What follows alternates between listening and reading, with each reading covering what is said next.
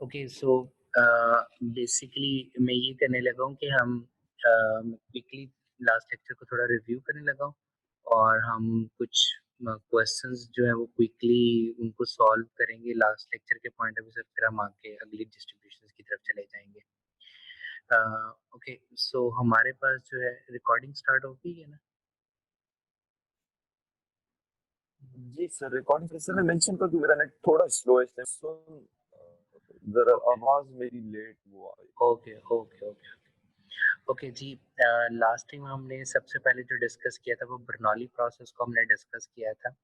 और Bernoulli process के point of view से हमने कहा था कि हम बेसिकली क्या कर रहे होते हैं कि हम अपने जो टाइम है, जो कॉन्टिन्यूस टाइम है, उसको हम डिस्क्रीट नेचर के अंदर कन्वर्ट कर लेते हैं। डिस्क्रीट नेचर से क्या मुराद है कि हम अपने टाइम को डिफरेंट टाइम स्लॉट्स के अंदर डिवाइड कर लेते हैं। So instead of seeing the time in a continuous way, हम number of slots के perspective से जो है वो अपने process को देख रहे होते हैं कि इस slot के अंदर customer आया या नहीं आया। ठीक है, सो वो जो स्लॉट है वो कुड बी 5 सेकेंड है, 1 सेकेंड है, 1 मिनट है, वट जो भी आपने वो स्लॉट रखी हुई है।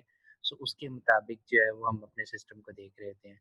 सो बेसिकली बर्नौली प्रोसेस क्या था? आइदर कस्टमर अराइव और नॉट अराइव, राइट? सो हमने कहा था कि ईच स्लॉट जो है वो बेसिकली आपका एक बर्नौली रैंडम वेरिएबल रिप्रेजेंट करते हैं। सपोज दिस इज x1 और उसकी हर स्लॉट के अंदर वैल्यू क्या हो सकती है? या जीरो हो सकती है या फिर वन हो सकती है। ठीक है, सो जीरो का क्या मतलब है? दैट मीन कि वहाँ पे कस्टमर नहीं आया, जबकि वन का मतलब है कि वहाँ पे कस्टमर अराइव हुआ है। So it mean uh slot जो है वो आपके बर्नौली रैंडम वेरिएबल को रिप्रेजेंट कर रही है, that could be either zero और आइदर वन। और ऑब्वियसली कस्टमर के अराइवल की जो प्रोबेबिलिटी होगी that is P. So that mean X is equal to one जो है, दैट इज उसके अगेंस्ट जो प्रोबेबिलिटी है विच इज पी। ठीक है, और x is equal to zero का क्या मतलब है? अराइव नहीं हुआ तो उसकी प्रोबेबिलिटी क्या है? One minus P, right? So इसको हमने डिस्कस किया था। है। Is it right sir. Clear? ठीक है, सो बाइनोमियल डिस्ट्रीब्यूशन हमने कहा था कि अगर आप अपनी ये नंबर ऑफ स्लॉट्स को जो है वो फिक्स कर दो। ठीक है, if these number of slots are fixed means कि हम ये कहेंगे कि हम पहली 100 स्लॉट्स के अंदर देखेंगे कि कस्टमर कितने आ रहे हैं और कितने नहीं आ रहे। ठीक है, सो अगर हम नंबर ऑफ स्लॉट्स को फिक्स कर देंगे सो that become a binomial random variable और अ बाइनोमियल डिस्ट्रीब्यूशन। सो अगर हम n इंडिपेंडेंट बर्नौली ट्रायल्स को सम अप कर दें, so n independent Bernoulli trials mean कि हमने नंबर ऑफ स्लॉट्स को फिक्स कर दिए। ठीक है, so that become a binomial random variable, right? Okay, so जो सेकंड थर्ड जी हमने कहा था ज्योमेट्रिक डिस्ट्रीब्यूशन। ज्योमेट्रिक डिस्ट्रीब्यूशन हमने कहा था time until the first arrival. That mean कि ये जो हमने नंबर ऑफ स्लॉट्स हैं, हम क्या कहेंगे कि number of missing slots mean उन स्लॉट्स के अंदर कस्टमर्स नहीं आया until the first customer arrive. So हम उस स्लॉट तक वेट करेंगे जब तक पहला कस्टमर नहीं आ जाता। सो जिसको हम कह देते हैं time until the first arrival या number of failures until the first success, right? Okay, so binomial distribution और ज्योमेट्रिक डिस्ट्रीब्यूशन में डिफरेंस क्या आ जाता है कि बायनोमियल डिस्ट्रीब्यूशन में हम इन स्लॉट्स को फिक्स करते हैं, मीन नंबर ऑफ जो ट्रायल्स हैं या नंबर ऑफ स्लॉट्स जो हैं वो फिक्स होती हैं। ठीक है जी, राइट? जबकि यहाँ जी पे जो ज्योमेट्रिक डिस्ट्रीब्यूशन में जो नंबर ऑफ ट्रायल्स है वो रैंडम होते हैं, राइट? और बायनोमियल डिस्ट्रीब्यूशन में जो प्रोबेबिलिटी ऑफ सक्सेस होती है वो रैंडम होती है, जबकि हमारे पास जो ज्योमेट्रिक डिस्ट्रीब्यूशन होती है उसमें जो नंबर ऑफ सक्सेस है वो फिक्स्ड होते हैं। अब इससे क्या मुराद है? हमने कहा बायनोमियल डिस्ट्रीब्यूशन में क्या होता है कि जो नंबर ऑफ टाइम स्लॉट्स हैं वो n है। सो इट मीन हमने नंबर ऑफ ट्रायल्स या number of time slots fix कर दिए। ठीक है, बट ई स्लॉट के अंदर जो जी कस्टमर के आने के चांसेस है वो रैंडम है। वी डोंट नो ठीक है कस्टमर आएगा या नहीं आएगा। ठीक है, जबकि ज्योमेट्रिक डिस्ट्रीब्यूशन में हमें ऑलरेडी पता है कि हम उस वक्त तक वेट करेंगे जब तक पहला कस्टमर नहीं आ जाता। So it means for example जैसे मैं कह दूं, मैं इसके बाद जो है वो देख रहा हूँ, सो ये मेरा एक ज्योमेट्रिक प्रोसेस है, राइट? T1। ठीक है, so that is number of failures until the first success. So this is a geometric process. So इसमें हमारे पास क्या है, नंबर ऑफ ट्रायल्स जो हैं वो वेरी कर सकते हैं, हमें नहीं पता कि कब जाके कस्टमर आएगा. सो नंबर ऑफ ट्रायल्स जो है वो वेरी कर सकते हैं, but the number of probability success is fix. So इस केस में क्या होगा, हमेशा वन ज्योमेट्रिक डिस्ट्रीब्यूशन में. ठीक है, सो हम उस वक्त तक स्लॉट्स को देखते रहेंगे जब तक आपके पास पहला कस्टमर नहीं आ जाता, mean every next customer, right. So main point क्या गया कि बाइनोमियल राइट। डिस्ट्रीब्यूशन में नंबर ऑफ ट्रायल्स फिक्स होते हैं. ठीक है, और प्रोबेबिलिटी ऑफ सक्सेस जो है वो रैंडम होती है, जबकि ज्योमेट्रिक में इनवर्स होता है, रैंडम नंबर ऑफ ट्रायल्स होते हैं, mean number of trials random होते हैं, जबकि नंबर ऑफ सक्सेस वन होता है, वो फिक्स होता है. ओके, सो देन हमने कहा था कि अगर आप अपनी जो ज्योमेट्रिक डिस्ट्रीब्यूशन है या ज्योमेट्रिक रैंडम वेरिएबल्स है, अगर आप की इंडिपेंडेंट ज्योमेट्रिक रैंडम वेरिएबल्स को ऐड कर दो, सो that become a negative binomial distribution, जिसको हम पास्कल डिस्ट्रीब्यूशन भी कहते हैं. So that is time until the kth arrival. So that become a negative binomial distribution. So negative binomial distribution क्या है? So basically geometric distribution negative binomial distribution का special case है. जब k is equal to 1 होगा, so that negative binomial distribution become a geometric distribution. Okay?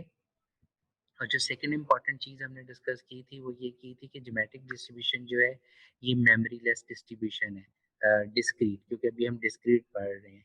So basically आगे जाके हम देखेंगे कि ज्योमेट्रिक डिस्ट्रीब्यूशन जो है वो ऑलमोस्ट वही शक्ल इख्तियार कर रही होती है जो एक्सपोनेंशियल डिस्ट्रीब्यूशन की कॉन्टिन्यूस में होती है. ओके, लास्टली हमने पढ़ा था हाइपर ज्योमेट्रिक डिस्ट्रीब्यूशन. सो हाइपर ज्योमेट्रिक डिस्ट्रीब्यूशन हमने कहा था बेसिकली बाइनोमियल डिस्ट्रीब्यूशन और हाइपर ज्योमेट्रिक डिस्ट्रीब्यूशन एक दूसरे के पैरेलल चल रही होती हैं. बाइनोमियल डिस्ट्रीब्यूशन हम उस वक्त यूज करते हैं जब आपके पास विद रिप्लेसमेंट का सिनेरियो हो, और जबकि हाइपर ज्योमेट्रिक हम उस वक्त यूज करते हैं जब आपके पास विदाउट रिप्लेसमेंट का scenario, right. So without replacement mean कि आपने कोई चीज़ पिक की तो दोबारा आप उसको नहीं रखोगे तो हाइपर ज्योमेट्रिक आएगा. सो ये जनरली हम कहाँ पे यूज़ कर सकते हैं, फॉर एग्जांपल आपके पास कोई लॉट आती है और आप कहते हो कि आपने इंस्पेक्शन करनी है, तो आप एक यूनिट उठाते हो, उसकी इंस्पेक्शन करते हो, तो दोबारा आप उसको लॉट के अंदर शिफ्ट नहीं करते बल्कि उसको बाहर निकाल देते हो, और फिर बाकी जो बची हुई लॉट होती है उसमें से आप सैंपल निकालते हो. This is basically the without replacement. But simulation में इसकी मैंने नहीं कभी देखा कि इसकी ज़रूरत पड़ रही होती है, मोस्टली हम इन्हीं के ऊपर चल रहे होते हैं. और सीम्यू में भी यही डिस्ट्रीब्यूशंस है, हाइपर ज्योमेट्रिक नहीं है, बाकी ये सारी की सारी डिस्ट्रीब्यूशंस हैं. ठीक है जी. अच्छा ओके. अच्छा, ठीक है। ओके, सो मैं बेसिकली अब ये कह रहा हूँ कि मैं हम क्विकली जो है वो कुछ एग्जांपल्स देख लेते हैं जो अभी तक हमने एग्जांपल देखी हैं प्रॉब्लम्स. आपको ये नज़र आ रहा है book?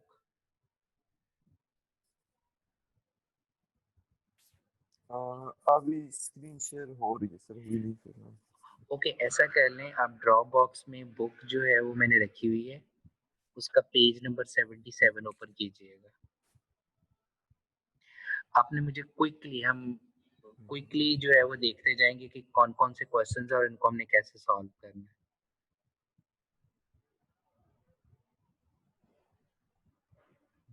Okay sir. Page number 77 open कर लिया? सर एक मिनट सर।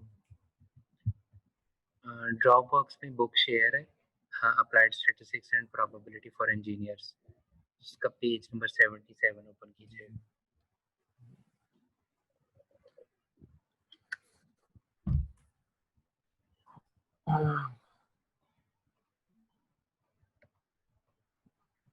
सर ये चैप्टर 3 है राइट, आपने जो पहले जी दी थी। जी जी जी जी बिल्कुल, चैप्टर 3. इसका क्वेश्चन नंबर 6 जी है सर, कौन सा प्रॉब्लम सर? ये जो मैंने हाईलाइट किया हुआ है, प्रॉब्लम नंबर 6.64. ओके ओके, ये मुझे सबसे ओके पहले, सर, जी जी। ओके, ये हमारे पास क्या है सबसे पहले, तो अब जब भी आपने प्रॉब्लम को सॉल्व करना होता है तो आपने सबसे पहले ऑब्वियसली डिस्ट्रीब्यूशन को आइडेंटिफाई करना होता है, और डिस्ट्रीब्यूशन को आइडेंटिफाई करने के लिए इंपॉर्टेंट एलिमेंट्स क्या होते हैं, उसके पैरामीटर्स. ठीक है, जैसे बाइनोमियल डिस्ट्रीब्यूशन के पैरामीटर कौन-कौन से हैं? एन और पी। ज्योमेट्रिक डिस्ट्रीब्यूशन का पैरामीटर क्या है? पी, ठीक है? इसी तरीके से हमारे पास जो है नेगेटिव हाँ बाइनोमियल डिस्ट्रीब्यूशन के पैरामीटर क्या हैं? आर और पी, ठीक है? सो हम बेसिकली पैरामीटर्स की हेल्प से जो है उनको आइडेंटिफाई करने की कोशिश करेंगे। जैसे 3.64 अगर आप पढ़ो तो इसमें ये कौन सी डिस्ट्रीब्यूशन बनती है? क्विकली पढ़ते जाइएगा और मुझे बताते जाइएगा।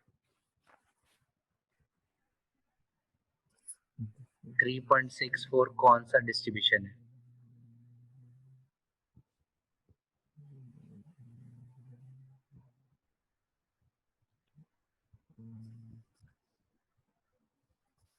सर ये बर्नौली बाइनोमियल, ठीक है? बाइनोमियल कैसे है? क्योंकि बिल, बिल्कुल, क्योंकि उसने हमें कहा 10 कॉल्स, बिल्कुल n 10 हो गया, p आपके पास 0.4 हो गया, ठीक है?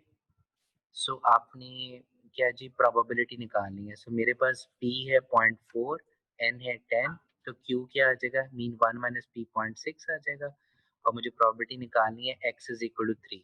सो probability of x is equal to 3 calculate करनी है। सो ये तो कैलकुलेट कर लोगे ना कैसे करनी है?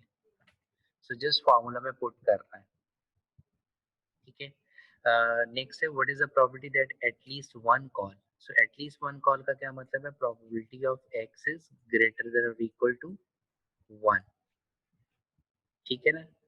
सो अब आपकी इसका मतलब क्या है कि मुझे 1 से लेके 10 तक mean probability of x is equal 1 2 3 4 up to so on कर सकते हो। सो इसका आसान तरीका क्या हो सकता है? क्योंकि हमें क्या पता है, we know that the sum of probability is equal to 1 minus probability of x is less than 1। Less than 1 mean is equal to 0। So अब सिर्फ इज इक्वल टू 0 की प्रोबेबिलिटी निकालो और उसको 1 में से माइनस कर दो, that would be equal to this, ठीक है जी? ठीक है। सो नेक्स्ट आपके पास क्या सी, वो हमें कह रहा है what is the expected number of calls. Expected number of calls का क्या मतलब है कि हमें एवरेज निकालनी है and we know that in a binomial mean किसके बराबर होता है? एनपी के, ठीक है? राइट। सो सिंपली आप n को p से मल्टीप्लाई कर दो, 10 इंटू 0.4, सो आपके पास आंसर आ जाएगा, ठीक है जी? ओके, अब 3.64, 3.64 में वो कह रहा है बैचेस कंटेन 50 कॉइल्स, ठीक है? सो इसमें अब आपके पास, इसको जरा पढ़िएगा, ये थोड़ा सा ट्रिकी है, इसको पढ़िएगा जरा, बताइएगा कैसे करें।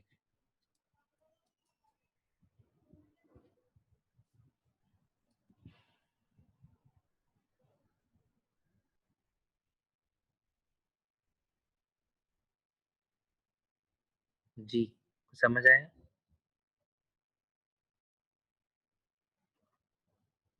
हेलो?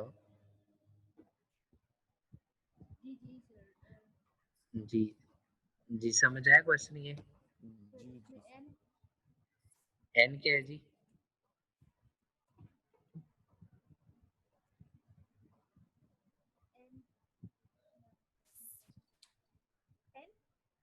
एन 50 है।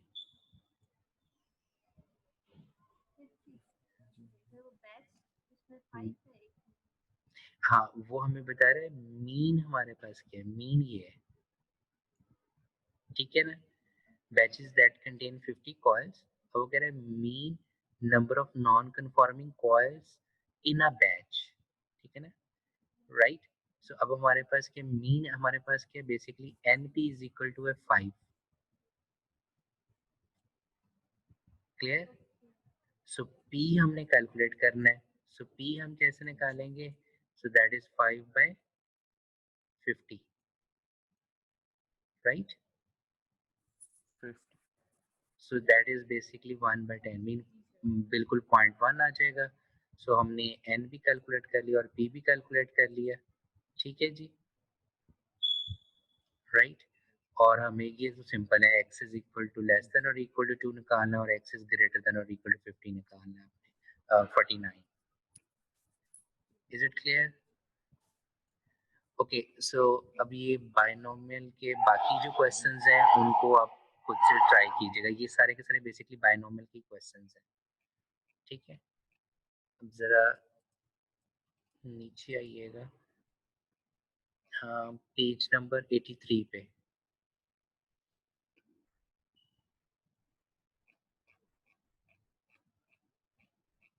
जी जी। ओके, ज़रा इसको पढ़िएगा, इसको क्या करना है हमने? सबसे पहले तो आइडेंटिफाई कीजिएगा डिस्ट्रीब्यूशन कौन सी है।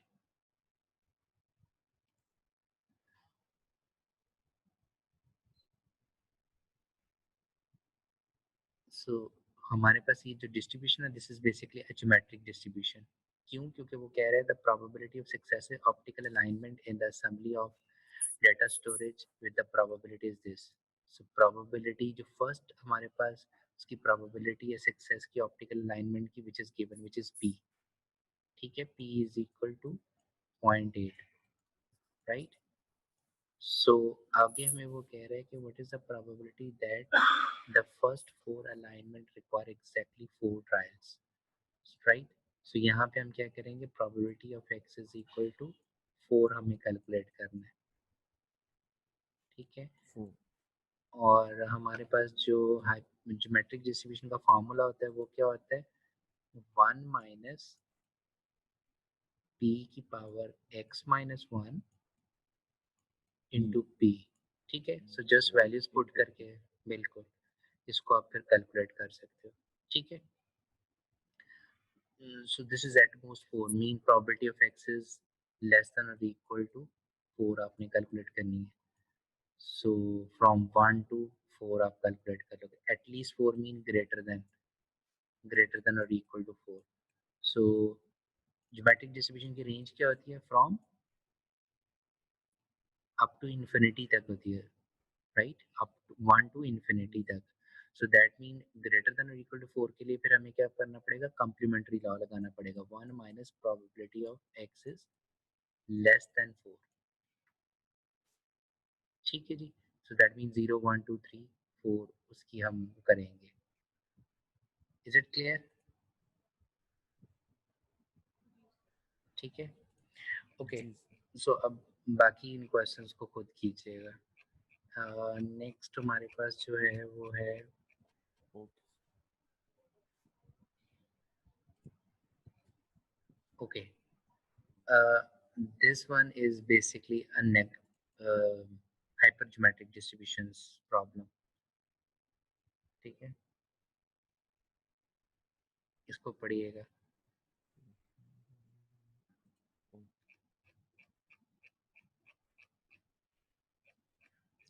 मैंने उसकी एक्सरसाइजेस के सॉल्यूशंस भी शेयर कर दिए हैं। ठीक है, सो अगर इसमें कोई इशू हुआ तो वो डिस्कस जी कर लीजिए। sure, जी। ठीक है, so, चलें इसको खुद से ट्राई कीजिएगा। सो अगर कोई इशू हुआ तो वो फिर डिस्कस कर लीजिएगा।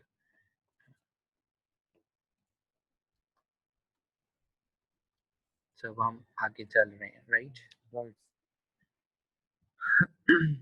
ओके, सो हमारे पास नेक्स्ट जो है that is basically Poisson process. अभी तक जितनी हमने डिस्ट्रीब्यूशंस पढ़ी they are all based on the Bernoulli process, और बर्नौली प्रोसेस क्या था, डिस्क्रीट था। अब हमारे पास क्या है कि वो कहते हैं कि रेदर देन हम अपने टाइम को डिफरेंट स्लॉट्स के अंदर डिवाइड करें, ठीक है, और हम फिर देखें कि कस्टमर अराइव हो रहा है या नहीं हो रहा।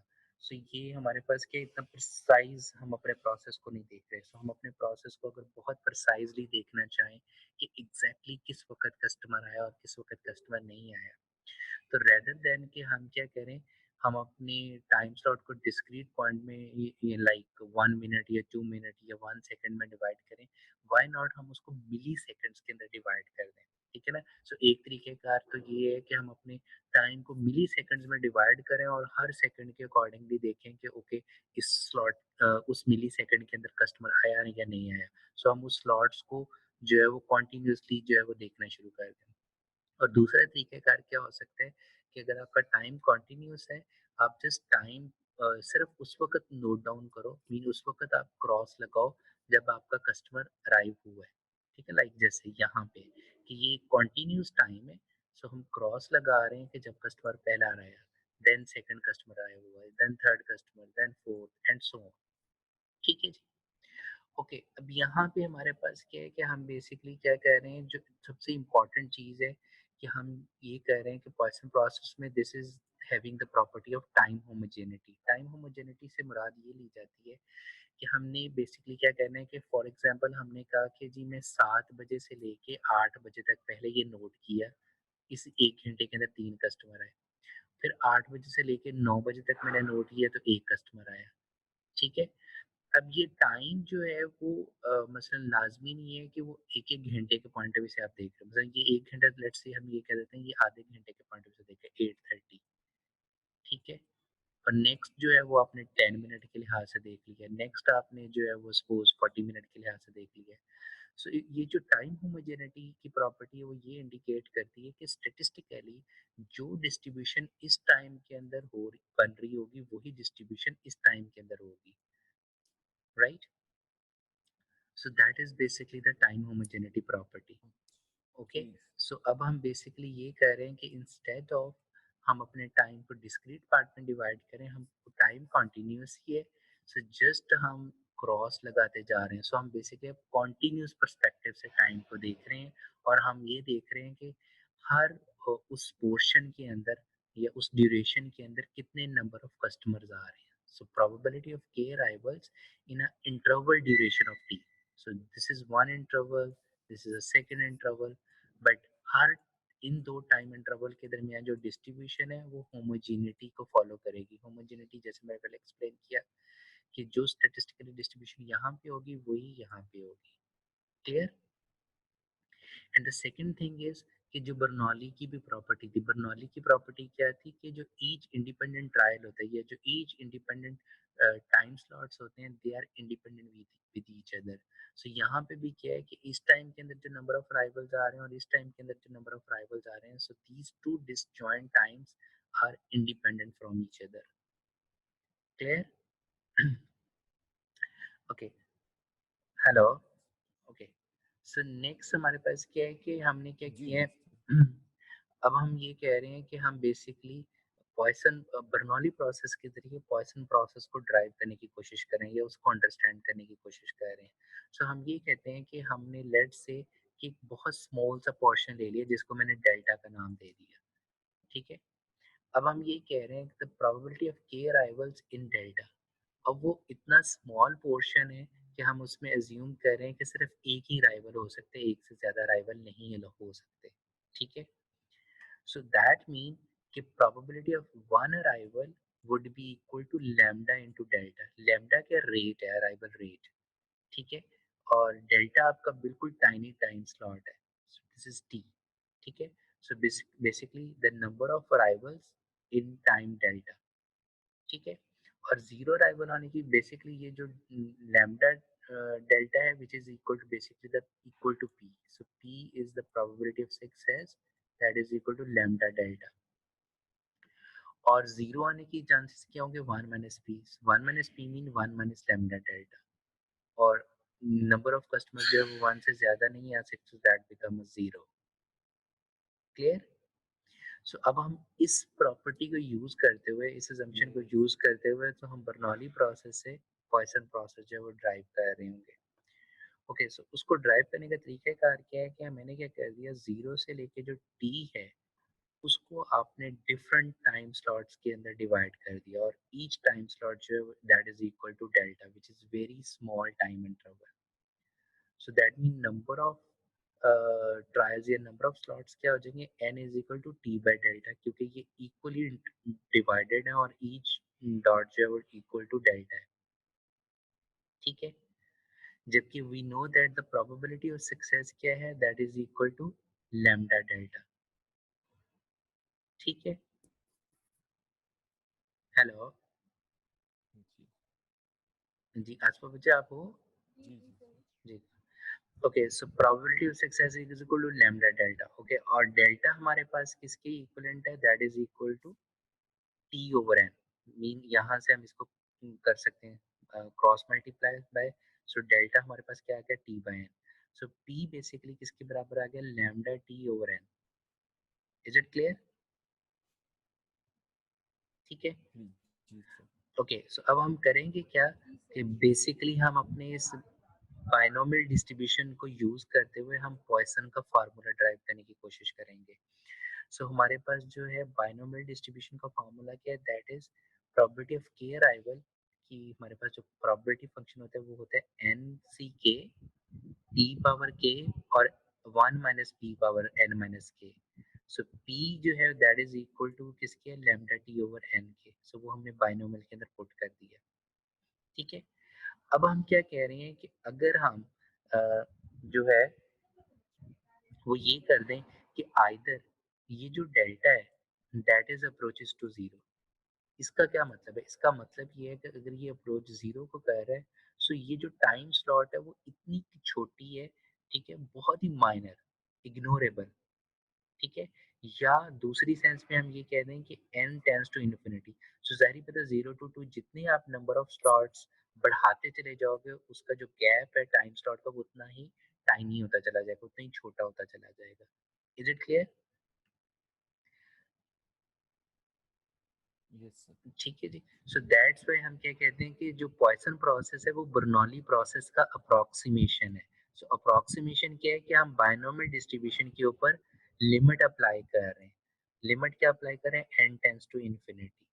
ओके, सो अब हमारे पास क्या होगा जब हम लिमिट अप्लाई करेंगे, तो आपके पास जो है वो मैं इस फॉर्मूला के अकॉर्डिंगली अब जो है वो पॉइसन फार्मूला ड्राइव कर रहा हूँ। वो कैसे कि एन सी के, और यहाँ से मैंने क्या कर दिया 1 over n into lambda T power के, उनको सेपरेट सेपरेट कर दिया। सो आपके पास 1 ओवर n पावर के। सो ये ओवरऑल जब मैं इसके ऊपर n tends to infinity apply करूंगा that would be equal to 1। इसको अब आपने खुद से ट्राई करना है ये कैसे होता है। ठीक है, सो इसका कॉम्बिनेशन को ओपन कीजिएगा और इसको जी सर। मैथमेटिकली सॉल्व कीजिएगा, लिमिट अप्लाई कीजिएगा n टेंस टू इन्फिनिटी और देखिएगा इज इक्वल टू 1 आएगा। ठीक है जी। इसी तरीके से हमारे पास क्या है कि यहाँ से जी बेसिकली बचा क्या, बचा हमारे पास है जी लैम्डा टी की पावर के बच गया। ठीक है, और वो हमारे पास ये आ गया। ओके, सो बाकी हमारे पास क्या बन गया, 1 minus lambda T over N power N minus K. सो अगर मैं माइनस के को सेपरेट कर दूं और एन वाले को सेपरेट कर दूं, so again this would be equal to 1 according to the calculus. ठीक है, or similarly this would be equal to e power minus lambda t according to the calculus जब हम लिमिट अप्लाई करेंगे n tends to infinity. So that mean यहाँ से मेरे पास क्या आ गया, e की पावर माइनस लैम्डा टी। ठीक है जी। ओके, सो अब हमने जी करना है सर। क्या है, क्योंकि हमारे पास के अराइवल्स की हम बात कर रहे हैं, तो के हमारे पास क्या आ जाएगा बॉटम में हमारे पास विद के फैक्टोरियल। ठीक है, सो दैट इज बेसिकली जो रेंज आ जाएगी, क्योंकि हम n टेंस टू इन्फिनिटी कर रहे हैं, so which is the range would be equal to 0 to infinity. So हमारे पास दैट मीन जो पॉइसन प्रोसेस डिस्ट्रीब्यूशन का फार्मूला आ गया that is lambda T power K e पर minus lambda T over K factorial, और K जो है उसकी रेंज होगी 0 टू इन्फिनिटी, राइट। एक और चीज़ जो है उसमें कंफ्यूज मत होइएगा, समटाइम्स लोगों एक जगह पे लिखा होता है पॉइसन डिस्ट्रीब्यूशन और पॉइसन प्रोसेस को सेपरेट लिखा होता है। अगर सिंपल पॉइसन डिस्ट्रीब्यूशन हो तो इसका मतलब है वहाँ पे टी का कोई रोल नहीं होता, टी फिक्स है। सो वहाँ पे हम टी नहीं फिर यूज करेंगे, फिर सिंपल क्या आ जाएगा लैम्डा पावर के ई पर minus lambda over K factorial. और अगर हम पॉइसन प्रोसेस के पॉइंट ऑफ व्यू से देखें जहाँ पे टी जो है वो इम्पोर्टेंट है, T could be a time, t could be a space, t could be a length। ठीक है ना। सो जनरली क्योंकि क्यूइंग पर्सपेक्टिव से टी टाइम को ही रिप्रेजेंट कर रहा होता है। Clear? Okay, so basically Poisson yes sir. Process जो है वो हम किस पर्पस के लिए यूज कर रहे होते हैं कि हम अब अपने टाइम को कॉन्टिन्यूस पॉइंट ऑफ व्यू से देख रहे हैं, बट पॉइसन प्रोसेस रिप्रेजेंट कर रहा होता है number of K arrival in a duration 0 to T. ठीक है, so number of K arrivals in a time T. Okay, so अब पॉइसन प्रोसेस की जो proper definition that is given. So इसमें हमारे पास नंबर वन जो मेन प्रॉपर्टी है वो क्या है, वो कह रहे थे probability of more than one even in a sub interval is zero. इसका क्या मतलब है, इसका मतलब ये जो अभी हम कर रहे थे, दैट इज दिस वन, ये जो अभी मैंने एक्सप्लेन किया, दिस वन। ठीक है, मैं यहाँ पे जाके दोबारा अगर एक्सप्लेन करूँ, ओके। सो सब इंटरवल का क्या मतलब है कि जो हम वो बेसिकली बर्नौली प्रोसेस के पॉइंट ऑफ व्यू से ई टाइम स्लॉट को हम बहुत छोटा ले रहे थे, which is delta, right.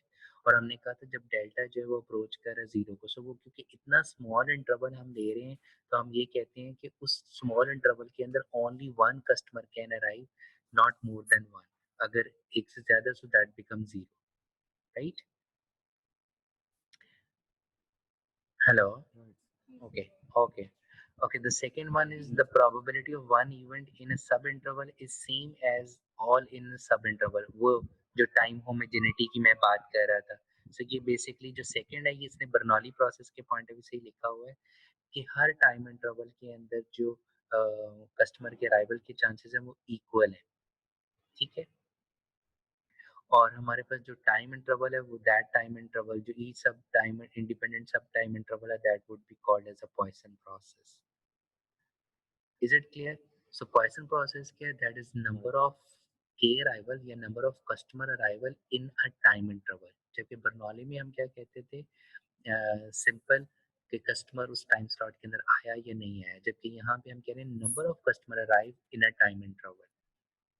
Okay, क्योंकि अब यहाँ पे पॉइसन प्रोसेस के अंदर जो टाइम है वो अब हम डिस्क्रीट की बजाय कॉन्टिन्यूस ले रहे हैं। सो मेरा क्वेश्चन ये है कि व्हाट कि जो टाइम है उसकी डिस्ट्रीब्यूशन क्या बनेगी, मीन जो इंटर अराइवल टाइम है उसकी डिस्ट्रीब्यूशन क्या बनेगी। सो that is time of the के अराइवल्स। ठीक है, अब हम टाइम के पर्सपेक्टिव से ले रहे हैं विच इज कॉन्टिन्यूस, सो उसके पॉइंट ऑफ व्यू से हम क्या कह रहे हैं, time of the Kth arrival. Okay, so अब हम time of the Kth arrival की अगर हमने डिस्ट्रीब्यूशन निकालनी है तो वो हम क्या करेंगे, we know that from zero to T. ठीक है, अगर जीरो टू टी जो है वो k माइनस वन अराइव करते हैं। ठीक है, so zero to T k minus one arrive कर रहे हैं, so we know that that is a Poisson distribution. Is it clear? ठीक है, from zero to T, so we have the k minus one arrival which is equal to the Poisson random variable या Poisson distribution। अब हम ये कह रहे हैं t से t डेल्टा, मीन डेल्टा क्या है, again a small time interval, और इस kth अराइवल की जो चांसेस है, ये प्रोबेबिलिटी वो क्या, that is lambda into delta. ठीक है, राइट। सो हमारे पास जो प्रोबेबिलिटी ऑफ के अराइवल है, that multiply by into delta in this time interval, that would be equal to from this, और जिसको हमने दो पोर्शन में डिवाइड कर दिया, एक के माइनस वन के अंदर हमने अराइवल देखा और वो हमने कहा वो पॉइसन डिस्ट्रीब्यूशन को फॉलो कर रहा है, और इसके अंदर जो कस्टमर के आने के चांसेस है that is equal to lambda delta. So F of T into delta, Poisson distribution का function into lambda delta, delta delta से कैंसिल हो जाएगा। ठीक है जी, सो आपके पास क्या आ जाएगा, F of T is equal to Poisson random variable distribution into lambda, और जब आप इसको करोगे यानी कि सिंपलीफाई करो, सो ये के माइनस वन की बजाय अब क्या हो जाएगा, lambda power K T power K minus one e power minus lambda T. So this function is basically called as a Erlang distribution. ठीक है, राइट। ठीक है, सो पॉइसन क्या था, that is number of arrivals in a time interval zero to T. Erlang distribution क्या है, that is time of the K arrivals. So अब हम टाइम की बेसिकली डिस्ट्रीब्यूशन कैलकुलेट कर रहे हैं फॉर कितने नंबर ऑफ अराइवल्स, फॉर के number of arrivals. So it mean वो दो हो सकते हैं, तीन हो सकते हैं, चार हो सकते हैं, 10, उस टाइम के अंदर कितने आ रहे हैं, और उस डिस्ट्रीब्यूशन को का हमने फंक्शन ड्राइव किया और उसको हम कहते हैं अर्लैंग डिस्ट्रीब्यूशन। एक और चीज आगे जाके मैं इसको एक्सप्लेन भी करूंगा कि अर्लैंग और एक होती है गैमा डिस्ट्रीब्यूशन, ये दोनों सेम है, दोनों में डिफरेंस सिर्फ और सिर्फ ये है कि आपके पास जो ये के पैरामीटर है वो अर्लैंग डिस्ट्रीब्यूशन में हमेशा इंटीजर होगा। ठीक है, जबकि गामा के अंदर ये के पैरामीटर जो है वो फ्रैक्शन में भी हो सकता है, ठीक है, वो फ्रैक्शनल होगा, राइट, ठीक है, सो 1.5 भी हो सकता है, जबकि अरलैंग में ये डिस्क्रीट होता है। ओके, सो इसके दो ही पैरामीटर्स होते हैं, वन इज के एंड अदर इज म्यू। सो फिलहाल इसको हम आगे जाके भी डिस्कस करेंगे, लेकिन फिलहाल जस्ट ये ध्यान में रखिएगा कि जब आपका प्रोसेस पॉइसन प्रोसेस हो तो जो टाइम है for the K arrival that follow the Erlang distribution. Okay, time until the first arrival कौन सी डिस्ट्रीब्यूशन बन जाएगी? एक्सपोनेंशियल, ठीक है, time until the first arrival, ठीक जी है, sir. Time of the first arrival क्या हो जाएगी? एक्सपोनेंशियल। सो इसका मतलब ये हुआ कि हमें ये पता चला कि जो एक्सपोनेंशियल डिस्ट्रीब्यूशन है वो अरलैंग डिस्ट्रीब्यूशन का स्पेशल केस है। जब के अराइवल को अगर हम 1 कर दें, ठीक है, सो वो अब हमारे पास क्या हो जाएगा? वो एक्सपोनेंशियल डिस्ट्रीब्यूशन बन जाएगा। सो अगर मैं आपको देखूं, आप जरा इस फॉर्मूला के अंदर के की जगह पे 1 पुट करो। जब मैं के की जगह पे 1 पुट करूंगा तो मेरे पास क्या आ जाएगा? लैम्डा 1 - 1, ये टी की पावर ये 0 हो जाएगा, और यहाँ पे क्या आ जाएगा? ई की power minus lambda T, zero. ठीक है, और नीचे क्या आ जाएगा? 0 का factorial, and we know that 0 का फैक्टोरियल क्या होता है? 1, ठीक है, ठीक है, और ये किसका राइट। फंक्शन बन गया? एक्सपोनेंशियल डिस्ट्रीब्यूशन का, ठीक है, so that mean right. Time until the first arrival that is basically the exponential distribution बन जाएगा। क्लियर? सो अगर पॉइसन प्रोसेस है that is number of customer. थोड़ा सा हम्म, मैं थोड़ा सा बस एरलॉन्ग और ज्योमेट्रिक को थोड़ा सा मिक्स कर रही हूँ मुझे। नहीं बट ज्योमेट्रिक डिस्ट्रीब्यूशन डिस्क्रीट है, ठीक है, जो अरलैंग है वो कॉन्टिन्यूस है, वहां पे आप टाइम को डिस्क्रीट सेंस में देख रहे थे, यहाँ पे आप कॉन्टिन्यूस सेंस में देख रहे हो, और आपको ज्योमेट्रिक को एक्सपोनेंशियल के साथ कन्फ्यूजन होनी चाहिए, क्योंकि ज्योमेट्रिक में हम क्या करते हैं? Time until the first arrival, ठीक है, time until the first arrival mean number मतलब ऑफ। वो जो नेगेटिव बाइनोमियल डिस्ट्रीब्यूशन था। बिल्कुल, अभी मैं समरी दे रहा हूँ ये आपको, ये वाली, ठीक है, टाइम ऑफ अराइवल डिस्क्रीट है तो बर्नौली प्रोसेस है, ठीक है, कॉन्टिन्यूस है तो पॉइसन प्रोसेस है, ठीक है, अराइवल रेट, पॉइसन में हम number of customers per unit of time हम देखते हैं, मीन के अराइवल बिटवीन 0 to t, जबकि बर्नौली में हम प्रोबेबिलिटी के सेंस में देखते हैं कि पी पर ट्रायल, मीन इस स्लॉट के अंदर कस्टमर आया या नहीं आया, ठीक है, ठीक है, और जो नंबर ऑफ अराइवल्स के अकॉर्डिंगली डिस्ट्रीब्यूशन बनती है, मीन एन अराइवल का जो डिस्ट्रीब्यूशन फंक्शन बनता है कॉन्टिन्यूस में, ये के अराइवल कस्टमर का पॉइसन डिस्ट्रीब्यूशन फंक्शन बन जाता है, जबकि जब हम नंबर ऑफ स्लॉट्स फिक्स करते हैं, मीन के नंबर ऑफ अराइवल्स का डिस्क्रीट में बाइनोमियल डिस्ट्रीब्यूशन फंक्शन बनता है, ठीक है, और inter arrival time distribution continuous में क्या होती है? फर्स्ट फर्स्ट की, दैट इज एक्सपोनेंशियल, और बर्नौली डिस्क्रीट में क्या होती है? ज्योमेट्रिक, ठीक है, और time to the kth arrival continuous में अरलैंग, और डिस्क्रीट में नेगेटिव बाइनोमियल, ठीक है, और ये ऊपर आपको एक्सप्लेन किया हुआ है कि आपके पास डिस्क्रीट टाइम इंटरवल और कॉन्टिन्यूस प्रोबेबिलिटी डिस्ट्रीब्यूशंस की तरफ जा रहे हैं। हमने डिस्क्रीट डिस्ट्रीब्यूशंस देखी, बट साथ में हमने दो कॉन्टिन्यूस डिस्ट्रीब्यूशन को भी देखा, एक्सपोनेंशियल और अरलैंग को, बट वो जस्ट हमने उसका ब्रीफ ओवरव्यू देखा है, सो उसको हम आगे जाकर डिटेल में डिस्कस भी करते हैं कि वो बेसिकली क्या है। ओके, सबसे पहले जब हम कॉन्टिन्यूस प्रोबेबिलिटी डिस्ट्रीब्यूशंस की तरफ आते हैं, तो कॉन्टिन्यूस प्रोबेबिलिटी डिस्ट्रीब्यूशंस के अंदर उनको स्टडी करते वक्त हमें कुछ जो प्रॉपर्टीज हैं उनको जहन में रखना चाहिए, मीन जब भी आप कोई भी डेटा के जरिए आप कॉन्टिन्यूस प्रोबेबिलिटी डिस्ट्रीब्यूशंस कैलकुलेट कर रहे होते हो, तो उसमें जो इंपॉर्टेंट या की एलिमेंट्स होते हैं, that is number one is the movements, ठीक है, अब ये मूवमेंट्स क्या होते हैं? बेसिकली ये मूवमेंट्स आपको हेल्प आउट कर रहे होते हैं to find out the location parameter which is average value, as well as ये मोमेंट्स आप यूज कर सकते हो to calculate the variation in the data.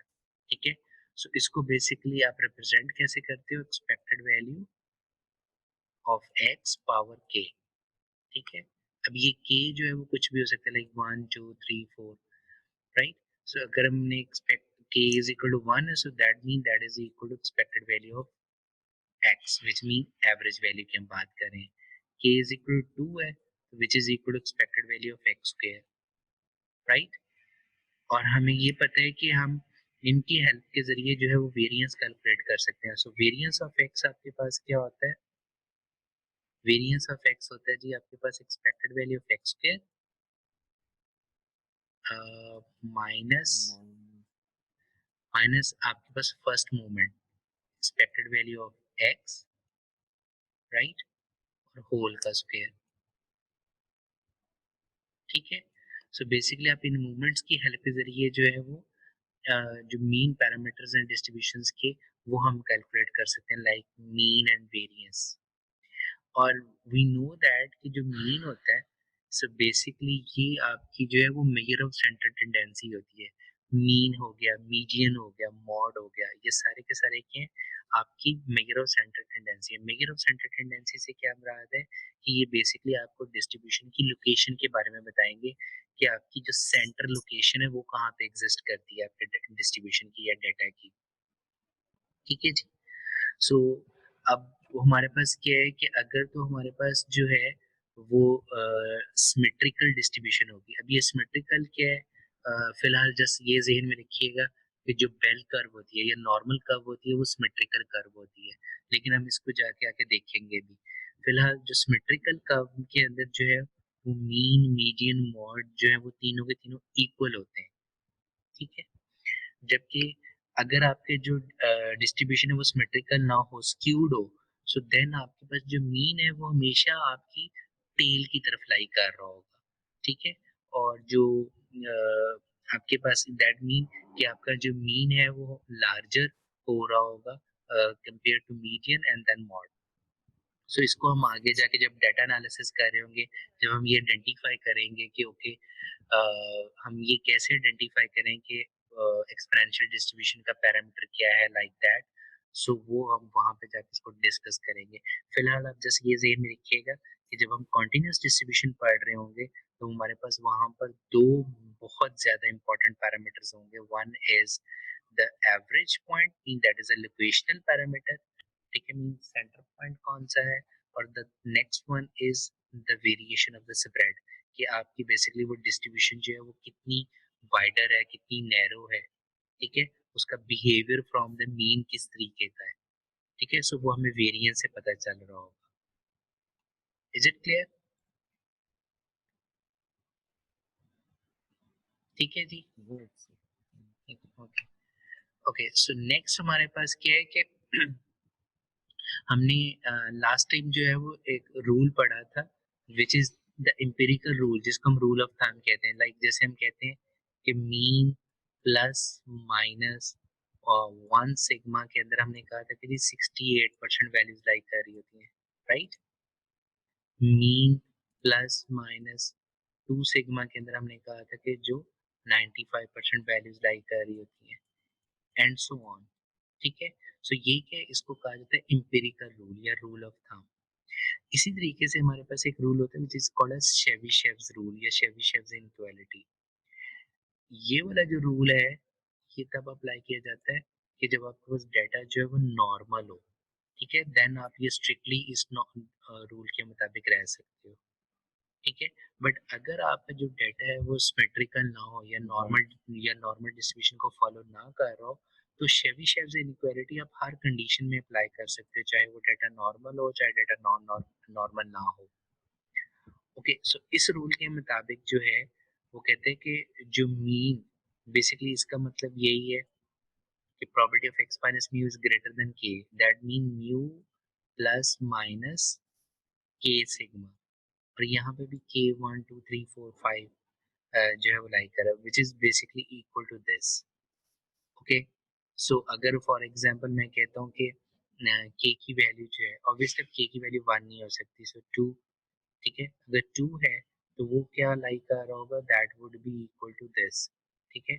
So at least 89% जो वैल्यूज है वो within 3 standard deviation lie कर रही होंगी अकॉर्डिंग टू शेबिशेव्स इनइक्वालिटी, ठीक है।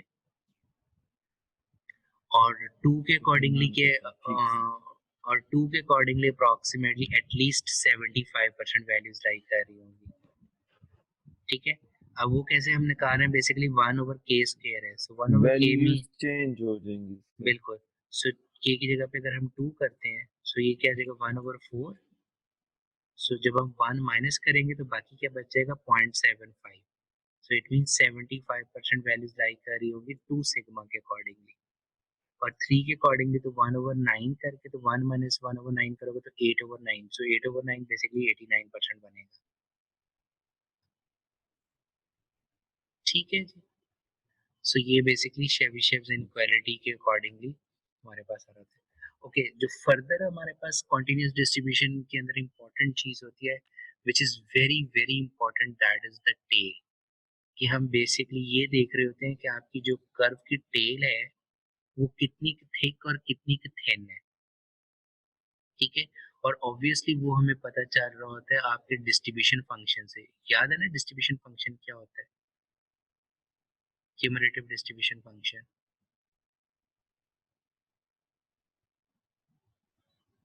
जी ठीक। क्यूमुलेटिव डिस्ट्रीब्यूशन फंक्शन क्या था, that is basically probability of x is less than or equal to small x, so that is basically your distribution function था, ठीक है।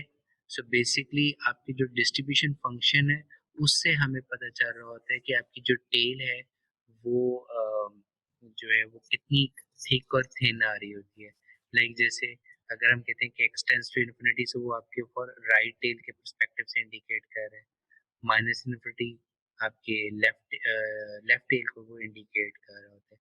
सो बेसिकली टेल ये इंडिकेट कर रहा होता है कि आपका जारी पता जितनी थिक टेल होगी, सॉरी जितनी थिन टेल होगी उतने चांसेस कम होंगे आपके डाटा के उस एरिया के अंदर लाई करने के, और जितनी ये थिक होती चली जाएगी इतनी उतने ज्यादा चांसेस बढ़ते जाएंगे आपके टेल के अंदर प्रोबेबिलिटी को लाई करने के, राइट राइट। ओके, सो अब हमारे पास क्या है कि इन्हीं को हमने मद्देनजर रखते हुए बेसिकली हम जो है वो इन डिस्ट्रीब्यूशंस को हम डिस्कस कर रहे हैं। So like let's start with the first one. Okay, like further हमारे पास जो शेप है ये हम आगे जाकर जो डिस्कस कर लेंगे। ओके, सो हमारे पास जो फर्स्ट कॉन्टिन्यूस डिस्ट्रीब्यूशन जो हम डील कर रहे हैं one is the uniform and the second one is a triangle distribution, ठीक है जी। यूनिफॉर्म और ट्रायंगल डिस्ट्रीब्यूशन दोनों की दोनों डिस्ट्रीब्यूशंस हम उस वक्त अप्लाई कर सकते हैं जब आपके पास डाटा बहुत कम अवेलेबल हो, ठीक है, या डाटा अवेलेबल ना हो, तो देन इनको एज अ जेनेरिक के तौर पर यूज किया जा सकता है यूनिफॉर्म या ट्रायंगल डिस्ट्रीब्यूशन को, ठीक है। अब यूनिफॉर्म डिस्ट्रीब्यूशन हमारे पास क्या होती है, बेसिकली यूनिफॉर्म डिस्ट्रीब्यूशन जो है कि हमारे पास इसमें जस्ट एक मिनिमम वैल्यू होगी और एक मैक्सिमम वैल्यू होगी, ठीक है। सो देन हम ये कहेंगे कि उस इंटरवल के अंदर डाटा की वैल्यू को लाई करने के जो चांसेस हैं वो इक्वल है, ठीक है। सो यूनिफॉर्म डिस्ट्रीब्यूशन में कि हमारे पास स्मॉलेस्ट वैल्यू है और लार्जेस्ट वैल्यू, और इस टाइम के अंदर जो वैल्यू को लाई करने के जो चांसेस हैं वो इक्वल है, ठीक है। और इसका जो हमारे पास फंक्शन बन जाएगा वो क्या बनेगा, F of x is equal to 1 over B minus A, okay.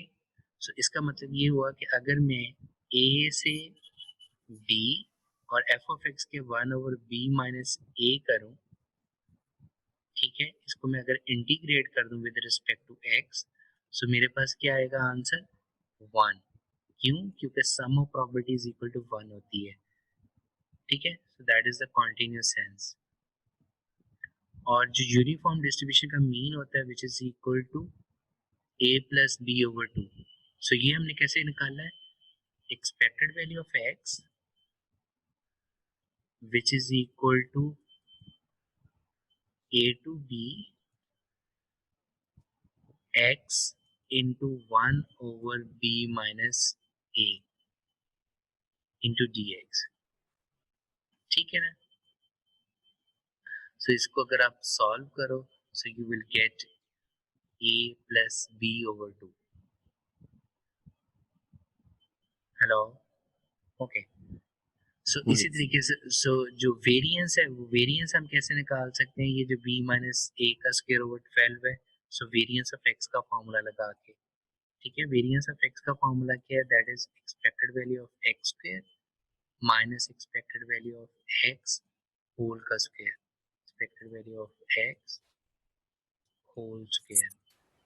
सो इसकी वैल्यू आपके पास ऑलरेडी है, ये आपने कैलकुलेट करना है। सो यहाँ पे क्या फिर आ जाएगा, expected value of x square निकालने के लिए यहाँ पे एक्स स्क्वायर करोगे और देन उसमें से इसको माइनस कर दो, सो you will get the variance, ठीक है।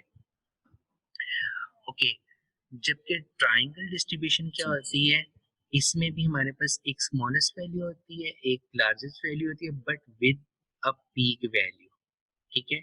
So this is basically the shape of the uniform distribution, जो कि हम कह रहे हैं कि इस टाइम इंटरवल के अंदर हर पॉइंट के आने के चांसेस इक्वल हैं। जबकि ट्राइंगल में हमारे पास एक बी के अलावा एक सेंटर पॉइंट होता है जिसको हम पीक पॉइंट कहते हैं, विच इज एम, ठीक है। और ये क्या होता है कि आपके जो मिनिमम वैल्यू से पीक पॉइंट तक इसका जो है वो लीनियर हो रहा होता है, लीनियर है, ठीक है, मीन राइट ट्राइंगल बना आ रहा होता है ये, और इसी तरीके से उस पॉइंट से हाईएस्ट पॉइंट तक ये लीनियरली डिक्रीज कर रहा होता है। सो यहाँ से लीनियरली इंक्रीज, यहाँ से लीनियरली डिक्रीज कर रहा होता है। सो दैट्स व्हाई कि आपका जो फंक्शन है वो एग्जैक्टली कॉन्टिन्यूस नहीं होता बल्कि डिसकॉन्टिन्यूस होता है। डिसकॉन्टिन्यूस सेंस में हम मैं कह रहा हूँ कि लाइक इस पॉइंट से आपकी जो रेंज है, जो फंक्शन है वो चेंज हो जाएगा, mean A to M function आपके पास क्या हो जाएगा, this that is equal to this one, जबकि m से b की रेंज के अंदर फंक्शन क्या होगा, that is equal to this one, ठीक है जी। सो हमारे पास जो एवरेज वैल्यू है that is equal to this one और वेरिएंस ये होता है, ओके। दोनों की दोनों जो डिस्ट्रीब्यूशंस हैं, यूनिफॉर्म और एक्सपोनेंशियल ट्रायंगल डिस्ट्रीब्यूशन, ठीक है, ये हम कब यूज कर सकते हैं। नंबर वन, वो कहते हैं कि आपके पास जो यूनिफॉर्म डेंसिटी फंक्शन है या इवन ट्रायंगल डिस्ट्रीब्यूशन जो है वो आप तब अप्लाई कर सकते हो जब आपके पास इनएक्सपीरियंस हो या आपके पास डाटा के बारे में कोई अवेयरनेस ना हो, तो तब हम क्या कर सकते हैं, हम यूनिफॉर्म डिस्ट्रीब्यूशन अप्लाई कर सकते हैं और इस रेंज के अंदर हर डाटा पॉइंट्स के आने के जो चांसेस हैं वो इक्वल होंगे, ठीक है। बट अब प्रॉब्लम इसका क्या है कि अगर रियलिटी के अंदर इस रेंज से बाहर आपका डाटा पॉइंट लाए कर गया तो इट मीन वो प्रॉपर यूनिफॉर्म डिस्ट्रीब्यूशन को रिप्रेजेंट नहीं कर रहा होगा। बट जनरली आपके पास क्या है कि अगर डाटा पॉइंट्स मिसिंग हो या आपको उसके बारे में कोई एक्सपीरियंस ना हो या डाटा अवेलेबल ना हो तो हम यूनिफॉर्म डिस्ट्रीब्यूशन अप्लाई कर सकते हैं with the minimum and maximum value, okay. Other advantage जो यूनिफॉर्म और ट्रायंगल डिस्ट्रीब्यूशन का है ये है कि आप जो प्रोसेस के रेलिवेंट लोग होते हैं, जैसे आपके पास डाटा अवेलेबल नहीं है लेकिन जो प्रोसेस से रेलिवेंट या एक्सपीरियंस्ड लोग हैं, आप उनसे जो इंफॉर्मेशन ले सकते हैं कि जी मिनिमम वैल्यू क्या है, मैक्सिमम वैल्यू क्या है, या आपके पास जो मोस्ट वैल्यू रिपीट हो रही है या मिड पॉइंट क्या है वो आपको बता सकता है। इंस्टेड वो नॉर्मली आपको वर्कर मीन या वेरिएंस नहीं बता सकते, तो अगर वो आपको मिनिमम या मैक्सिमम वैल्यू बता सकते हैं सो दैट मीन कि हम यूनिफॉर्म और ट्रायंगल डिस्ट्रीब्यूशन जो है वो अप्लाई किया जा सकता है। Is it clear? So the key point about uniform and triangle distribution is कि आप इसको ऐसी सिचुएशन में अप्लाई कर सकते हो जब आपके पास डाटा अवेलेबल ना हो या इन द एब्सेंस, या आपके पास उस डाटा के बारे में कोई या प्रोसेस के बारे में कोई एक्सपीरियंस ना हो, तो तब आप जो है वो यूनिफॉर्म और ट्रायंगल डिस्ट्रीब्यूशन को अप्लाई किया जा सकता है। ओके, सो अब हम क्या कहते हैं कि इसके कुछ एक क्वेश्चन अगर करना, मतलब फॉर एग्जांपल मेरे पास यूनिफॉर्म डिस्ट्रीब्यूशन है, इसका मेरे पास एफ ऑफ एक्स क्या है, दैट इज इक्वल टू 5, ठीक है। सो इट मीन 5 के ऊपर मेरा फंक्शन कॉन्टिन्यूस है। ये किस रेंज के अंदर, रेंज उसने दी हुई है 4.9 से लेके 5.1। सो 4.9 से लेके 4.9 से लेके 5.1। लेकिन अब मुझे वो ये कह रहा है कि जी आपने करना है क्या जी, प्रोबेबिलिटी कैलकुलेट करो बिटवीन 4.95 से लेके 5 के दरमियान, ठीक है। सो अगर मुझे प्रोबेबिलिटी कैलकुलेट करनी है 4.9 से लेके 5.1, सो बेसिकली मेरा फंक्शन यहाँ से लेके यहाँ तक जो है वो कॉन्टिन्यूस है, लेकिन मुझे वो कह रहा है प्रोबेबिलिटी निकालने को फ्रॉम दिस टू दिस, ठीक है। सो इट मीन मैं क्या करूँगा, मैं इंटीग्रेट कर दूंगा 4.95 से लेके 5 एफ ऑफ एक्स के 5, ठीक है, 5, राइट। जब अब 5 तो कांस्टेंट है, इट मीन 1 को इंटीग्रेट करोगे तो मेरे पास क्या आ जाएगा 5x, ठीक है, और रेंज क्या आ जाएगी 4.95 से लेके 5, और जब मैं x के अंदर इनको पुट करूंगा तो ये क्या आ जाएगा 5 इंटू 5 माइनस दिस, सो वो मेरे पास क्या आ जाएगा 5 into 0.05 which is equal to this one. Is it clear? Yes sir. ठीक है। अब इसी तरीके से वो हमें कह रहा है कि जी इसका मीन और वेरिएंस क्या होगा। सो इस सिचुएशन के अंदर मीन क्या होगा, वी नो दैट मीन क्या है a plus b divided by 2। So a हमारे पास क्या है 4.9, b हमारे पास क्या है 5.1 डिवाइडेड बाय 2, तो वो हमारे पास मीन आ गया। जबकि वेरिएंस हमारे पास क्या होता है, that is b square minus b minus a का स्क्वायर डिवाइडेड बाय 12, सो हमारे पास वेरिएंस आ जाएगा। Is it clear? Yes okay. So अब ट्राइंगल डिस्ट्रीब्यूशन का प्रॉब्लम अगर हमने करना है तो इसमें वो कह रहे हैं कि हमारे पास जो है वो अपने प्रोबेबिलिटी बेसिकली कैलकुलेट करनी है, weekly sales is less than, so मुझे प्रोबेबिलिटी कैलकुलेट करनी है x इज लेस देन 2000, ठीक है। And we know that triangle distribution के 3 पैरामीटर्स होते हैं a, b एंड m। तो मुझे क्या करना है, अगर मैं कहूँ ये ट्राइंगल डिस्ट्रीब्यूशन है, सो बेसिकली 2000 से मुझे ये लेस, सो बेसिकली ये वाला एरिया मुझे कैलकुलेट करना है, ठीक है। सो इस एरिया को कैलकुलेट करने के लिए क्या है, अब ये राइट ट्राइंगल है एंड वी नो दैट कि एरिया ऑफ ट्राइंगल क्या होता है, area is equal to 1/2 into base into height, ठीक है। सो बेस मेरे पास क्या है, that is this one which is 2000 minus 1000 is equal to base value, ठीक है। और मुझे इसकी हाइट कैलकुलेट करने के लिए क्या करना पड़ेगा, हाइट कैलकुलेट करने के लिए मेरे पास अब ट्राइंगल डिस्ट्रीब्यूशन के 2 फार्मूलाज हैं। मैं कौन सा फार्मूला यहाँ पे यूज करूंगा, क्योंकि ये मिड पॉइंट के इधर लेफ्ट साइड की तरफ है, तो इट मीन मैं ये वाला फार्मूला अडॉप्ट करूंगा, दिस वन, दिस, ठीक है, क्योंकि ये m से लेस वाला ए की तरफ एरिया है को इंडिकेट कर रहा है। सो मेरे पास जो फार्मूला आ गया वो आ गया जी 2 2 2 into x minus a divided by b minus a और m minus a. So 2 into x 2000 है, a स्मॉलेस्ट पॉइंट 1000 है, b लार्जेस्ट पॉइंट 6000 है, स्मॉलेस्ट पॉइंट 1000 है, और मिड पॉइंट क्या था 3000 माइनस दिस। सो मेरे पास हाइट आ गई। So I have the base as well as I have the height. So just put करो area क्या आ गया जी 0.1. So that is equal to the probability. Okay.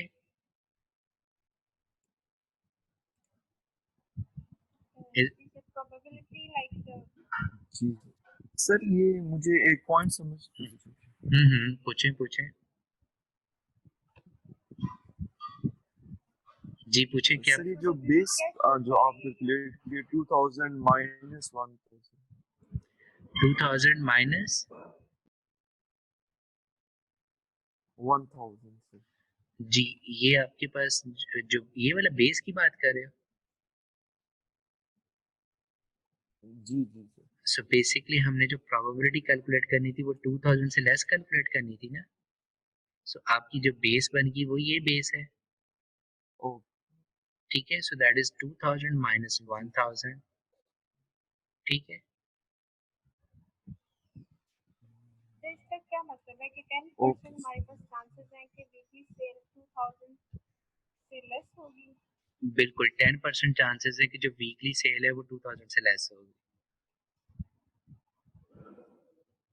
ठीक है जी। अगर जो डेटा है वो ट्रायंगल डिस्ट्रीब्यूशन को फॉलो कर रहा है, right.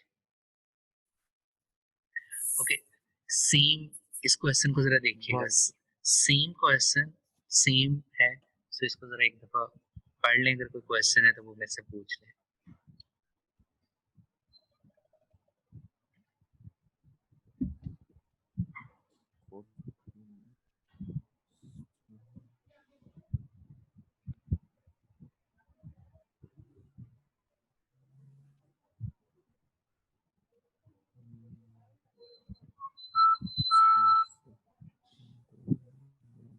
Okay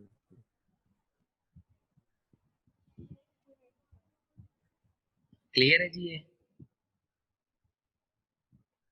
okay sir, G1 minus ठीक हो गया। बिल्कुल सेम सेम लाइक जैसे इसी तरीके से इसको पढ़िएगा जरा, इसको देखिएगा, ये भी ट्रायंगल की एग्जांपल है।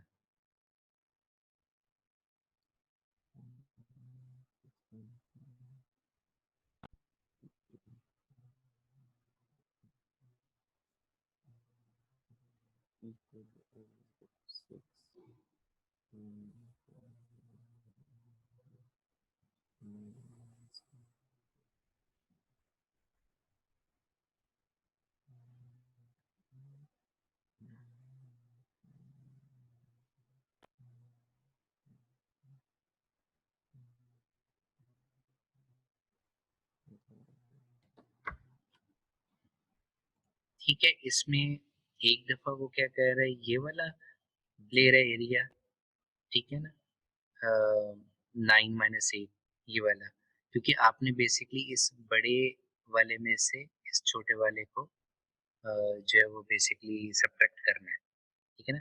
पहले उसने क्या किया, from this to this area निकाला,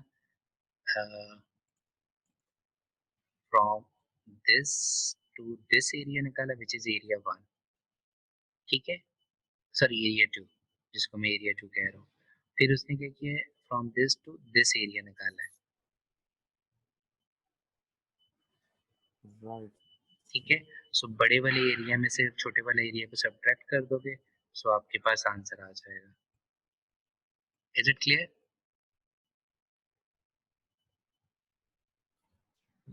जी सर। ओके, सो नेक्स्ट हमारे पास जो है, ओके, जब हम कॉन्टिन्यूस डिस्ट्रीब्यूशन में यूनिफॉर्म और ट्रायंगल डिस्ट्रीब्यूशन की बात करते हैं तो उनकी शेप तो क्लियर है, लाइक जैसे यूनिफॉर्म की हमारे पास क्या होती है कि एक रेक्टेंगल सी फॉर्म होती है जिसमें हमारे पास स्मॉलेस्ट और लार्जेस्ट वैल्यू गिवन होती है, जबकि ट्रायंगल में हमारे पास स्मॉलेस्ट लार्जेस्ट और एक पीक वैल्यू होती है जो कि स्मॉलेस्ट से मिडल वैल्यू तक वो लीनियरली इंक्रीज कर रहा होता है, देन फ्रॉम एम वैल्यू से बी तक वो लीनियरली डिक्रीज कर रहा होता है। अब से ऑनवर्ड लाइक जैसे हम नॉर्मल है, एक्सपोनेंशियल है, गैमा है, अरलैंग है, वेबर डिस्ट्रीब्यूशन है, पीटर डिस्ट्रीब्यूशन है, तो इन तमाम के अकॉर्डिंगली हमारे पास जो है वो तीन चीजें सबसे इम्पोर्टेंट हैं, दैट इज द पैरामीटर्स, ठीक है। सो हमारे पास जितनी भी डिस्ट्रीब्यूशन है उन तमाम डिस्ट्रीब्यूशन के अंदर ये तीन पैरामीटर्स एग्जिस्ट कर रहे होते हैं। मतलब यहाँ पे मेरा कहने का मकसद ये है कि वो या तो इनमें से कोई एक यूज कर रहे होंगे, या दो, या तीनों के तीनों यूज कर रही होंगी, ठीक है। सो कुछ डिस्ट्रीब्यूशन ऐसी हैं जिसमें दो का कॉम्बिनेशन होगा, जिसमें किसी कोई ऐसी होगी जिसमें सिर्फ एक होगा, और कोई ऐसी होगी जिनमें तीनों के तीनों एग्जिस्ट कर रहे होंगे, ठीक है। अब जब हम लोकेशन पैरामीटर की बात करते हैं तो इट मीन हम एक्स एक्सिस के ऊपर बात करते हैं और हम बात करते हैं कि उसका मिड पॉइंट की बेसिकली हम बात कर रहे होते हैं कि basically most of the value किस जगह के ऊपर लाई कर रही होती है, ठीक है। सो उसको हम कह देते हैं लोकेशन पैरामीटर। जैसे नॉर्मल डिस्ट्रीब्यूशन के अंदर जो मीन है वो हमारा लोकेशन पैरामीटर है, ठीक है, जिसको हम गैमा से रिप्रेजेंट कर देते हैं। Is it clear? हेलो? जी ठीक है। सो इट मींस कि अगर आपके पास लोकेशन चेंज हो रहा होगा तो इट मीन आपकी जो डिस्ट्रीब्यूशन की एवरेज वैल्यू है वो शिफ्ट हो रही होगी आइदर राइट या left. So that is basically the average point आपका मूव कर रहा है। ओके, जबकि जब स्केल पैरामीटर होता है, स्केल पैरामीटर बेसिकली आपके डाटा के अंदर वेरिएशन को रिप्रेजेंट कर रहा होता है, ठीक है। लाइक जैसे नॉर्मल डिस्ट्रीब्यूशन में स्टैंडर्ड डेविएशन है वो आपका एक स्केल पैरामीटर है। सो वो बेसिकली ये इंडिकेट कर रहा होगा कि आपका जो डाटा है वो फ्रॉम द मीन कितना वाइडली स्प्रेड है, ठीक है। सो वो बेसिकली वेरिएशन को इंडिकेट कर रहा होगा, राइट। जबकि शेप पैरामीटर आपके पास क्या होता है, शेप पैरामीटर बेसिकली ये कह रहा होता है कि ये बेसिकली कर्व की शक्ल आपकी किस तरीके की बन रही है। इज इट अ सिमेट्रिकल शक्ल बन रही है या वो स्क्यूड बन रही है, ठीक है। वो पॉजिटिव स्क्यूड है या वो नेगेटिव स्क्यूड है, वो हमें शेप पैरामीटर इंडिकेट कर रहा होता है। सो जैसे हमने अरलैंग में देखा कि आपके पास जो है वो शेप ये भी थी, आपके पास शेप जैसे जैसे के इंक्रीज हो रहा था तो वो डिफरेंट शेप में आता चला जा रहा है। सो इट मीन आपकी अल्फा की वैल्यू कुछ चेंज करने से वो शेप पैरामीटर जो है वो चेंज होता चला जाएगा। जैसे जैसे आपका अल्फा बढ़ता चला जाएगा, सो अरलैंग में हमने देखा वो उतना ही पॉजिटिव स्क्यूड की तरफ चलता चला जाता है, राइट। सो ये तीन पैरामीटर सबसे इम्पोर्टेंट है। सो अब हमें ये देखना पड़ता है राइट। कि कौन से डिस्ट्रीब्यूशन के अंदर कौन सा पैरामीटर यूज हो रहा है, आइदर वो वन यूज कर रही है, टू कर रहा है या तीनों के तीनों कर रहे हैं। So let's start with the first one. Okay, the first one is the simplest one, normal distribution. So इसके बारे में हमें already पता है. So quickly हम इसको देख लेते हैं कि ये इसका function है, ये इसकी range है. We know that कि normal distribution में mean mu होता है और variance sigma square होता है. So अगर normal distribution है तो हम यहाँ पे शेबीशेव ने बल्कि empirical rule के मुताबिक अपने data points बताते हैं कि जी 1 के दरमियान इतना लाई करता है, 2 के दरमियान एंड 3 के दरमियान, ठीक है। सो ये आपको ऑलरेडी पता है, क्लियर। जी सो अब हम जस्ट इसका क्विकली ये देख लेते हैं कि अगर आपके पास नॉर्मल डिस्ट्रीब्यूशन का क्वेश्चन हो तो आपने उसको सॉल्व कैसे करना है। ओके, नॉर्मल डिस्ट्रीब्यूशन के प्रॉब्लम को सॉल्व करने के जी दो मेथड है। मेथड वन कि आप cumulative standard normal table use कर रहे हो या आप स्टैंडर्डाइज्ड नॉर्मल टेबल यूज कर रहे हो।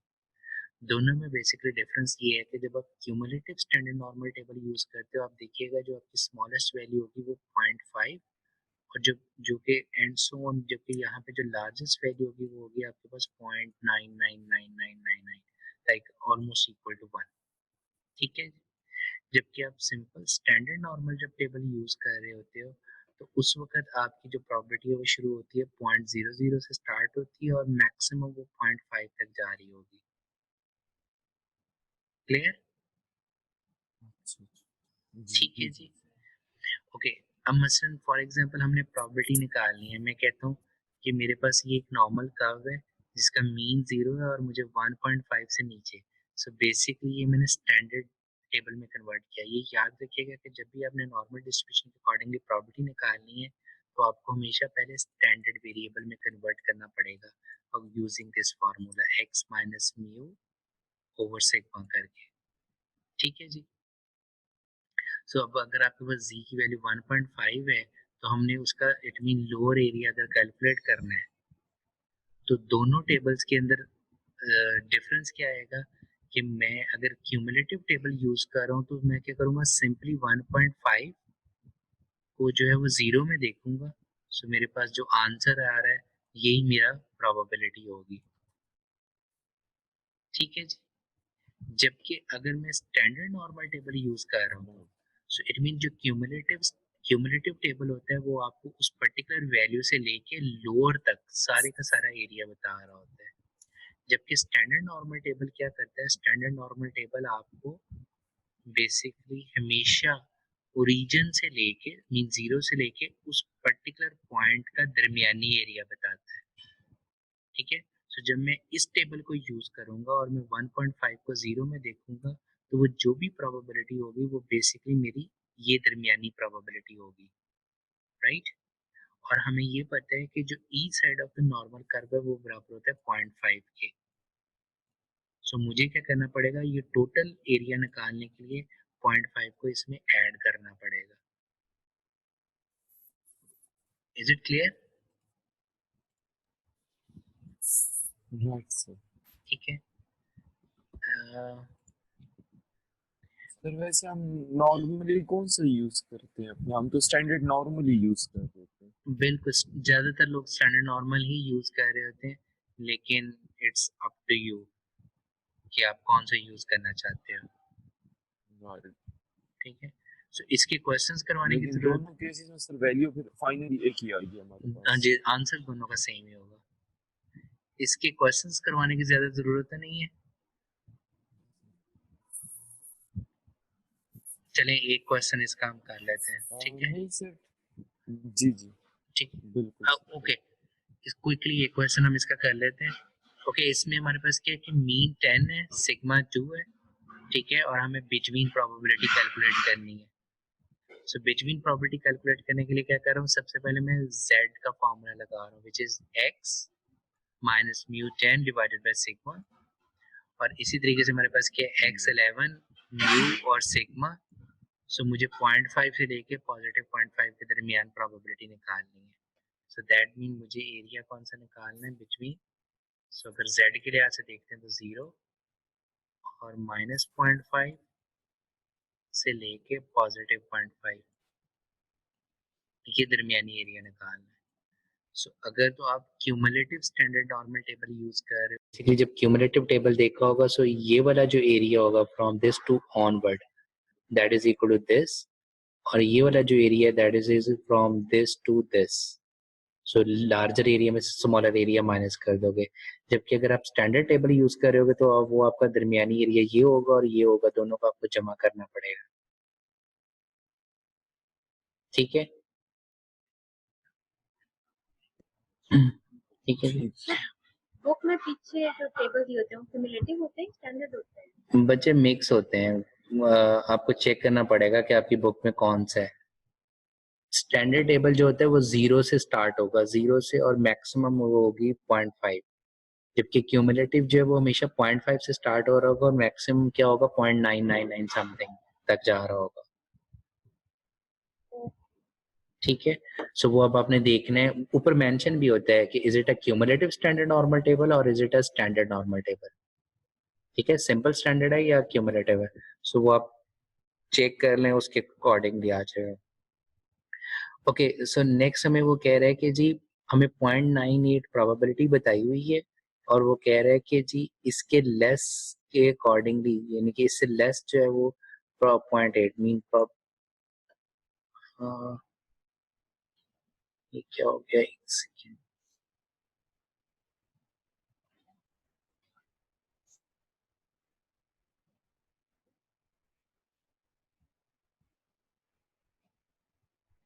Okay, so probability of x is less than x is equal to 0.98, उसने हमें बताया हुआ probability है। ठीक है, ओके, सो उसके अकॉर्डिंगली अब हमने बेसिकली x की वैल्यू को जो है वो कैलकुलेट करना है कि x की वैल्यू को हम कैसे कैलकुलेट करेंगे।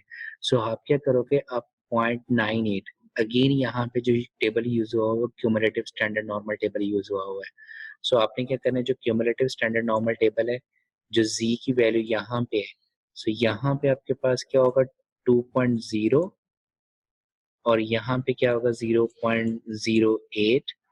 सो यहाँ पे आपको जो वैल्यू मिल रही होगी वो क्या होगी 2.05, सॉरी ये वैल्यू जो हो रही होगी ये 5 होगा, यहाँ पे वैल्यू होगी 0.98। ठीक है, सो बेसिकली अब आपने इनवर्स देखना है कि प्रोबेबिलिटी से आपने z की वैल्यू को कैलकुलेट करना है। सो प्रोबेबिलिटी आपके पास क्या 0.98 और उसके अकॉर्डिंग आपके पास z की वैल्यू आ गई 0.05। ठीक है जी, सो उससे हम बेसिकली उसको कैलकुलेट कर रहे हैं। Is it clear? ठीक है, सो ये बेसिकली z की वैल्यू आ गई, क्योंकि हमने x कैलकुलेट करना है, सो सिंपली 2 ये मल्टीप्लाई हो जाएगा, सो x कैलकुलेट करने के लिए क्या आ जाएगा 2z plus 10 using this formula. So z की वैल्यू हमने निकाल ली, सो 2 इंटू z प्लस 10 करोगे तो आपके पास ये x की वैल्यू आ जाएगी। सो दैट मीन अगर आपका x 14.1 से लेस होगा तो उसकी प्रोबेबिलिटी क्या होगी 98%। ओके, नेक्स्ट हमारे पास जो डिस्ट्रीब्यूशन है वो है जी log normal distribution. Log normal और नॉर्मल डिस्ट्रीब्यूशन के अंदर डिफरेंस सिर्फ और सिर्फ ये है कि अगर आप अपने x का नेचुरल लॉग ले लो, ln ले लो, ठीक है, तो वो आपके पास लॉग नॉर्मल डिस्ट्रीब्यूशन बन जाता है। ठीक है जी, और इसको रिप्रेजेंट कैसे किया जाता है ln into mu sigma square. So that mean जो पैरामीटर्स आ जाते हैं वो म्यू और सिग्मा स्क्वायर आ जाते हैं। बट नेचुरल लॉग के अंदर जो एक स्केल पैरामीटर भी आपके पास होता है, जो स्केल पैरामीटर होता है that is equal to e power mu. ठीक है, so which is basically representing कि आपकी जो शेप है वो किस तरह की होगी। सो स्केल पैरामीटर बेसिकली आपकी वेरिएशन को रिप्रेजेंट कर रहा है और शेप सिग्मा को इंडिकेट कर रहा है। ठीक है जी, सो दैट इंडिकेट एक और चीज जो है वो देखिएगा कि आपके पास जो है लॉग नॉर्मल डिस्ट्रीब्यूशन, ये हम आगे जाके देखेंगे कि बेसिकली सिमिलर शेप होती है गैमा और अरलैंग डिस्ट्रीब्यूशन की। ठीक है, लेकिन लॉग नॉर्मल के अंदर जो है ये एक्स एक्सिस के जरा ज्यादा करीब होता है, mean near to X axis, zero के यहाँ पे ज्यादा करीब होता है। हेलो, राइट, ठीक है जी जी सर, ठीक है। लॉग नॉर्मल क्लियर है। सो ये बेसिकली नेचुरल नॉर्मल डिस्ट्रीब्यूशन है but with the natural log, लेकिन हम ये कह रहे हैं कि ये सिमिलर शेप होती है as compare to gamma and Weibull distribution. ठीक है, बट लॉग नॉर्मल के अंदर ये क्या होता है कि ये ज्यादा नियर टू आपके एक्स एक्सिस ओरिजिन के ज्यादा करीब होता है और स्पाइक आपके पास यहाँ पे आ रही होती है। ठीक है जी,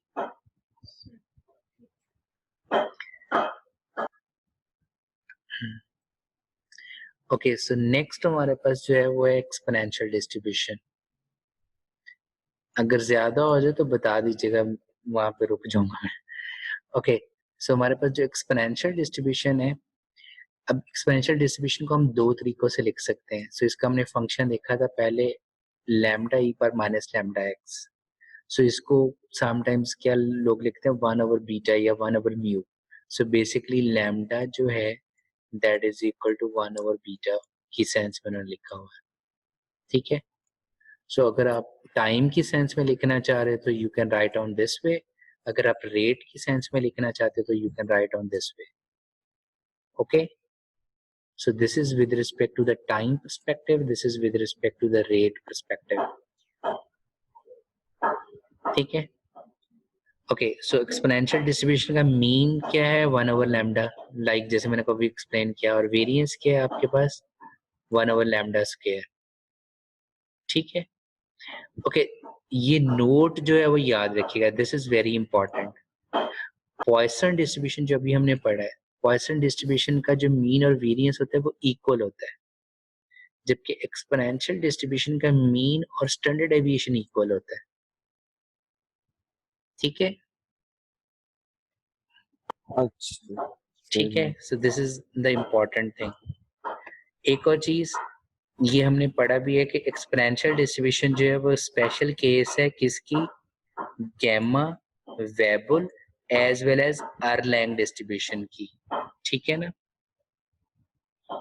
ठीक है, और हमने ये पढ़ा कि अगर आपके पास n या r independent exponential random variables और उनको हम सम करें तो वो गामा और अरलैंग बन जाते हैं। अरलैंग और गामा में मैंने डिफरेंस बताया था कि जो पैरामीटर k होता है वो अरलैंग में इंटीजर होगा, अगर वो इंटीजर नहीं है तो वो गामा होगा।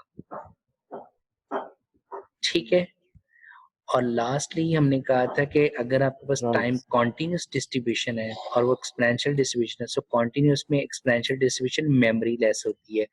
मेमोरी लेस का क्या मतलब है, जैसे हमने ज्योमेट्रिक डिस्ट्रीब्यूशन जो है वो डिस्क्रीट में मेमोरी लेस होती है। सो दैट मीन्स कि जब आप नेक्स्ट स्टेज पे आते हो सो आपको इंटायर हिस्ट्री की जरूरत नहीं होती, ओनली प्रीवियस स्टेट की बेसिस के ऊपर आप प्रोबेबिलिटी कैलकुलेट कर सकते हो। Okay, right. ठीक है। जी जी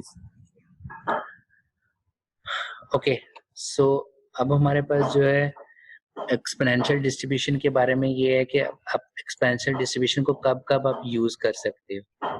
वो कहते हैं जी exponential distribution is generally suitable when you are interested to time of the next event occurrence, और वो जो नेक्स्ट इवेंट की अकरेंस की प्रोबेबिलिटी वो प्योरली रैंडम हो।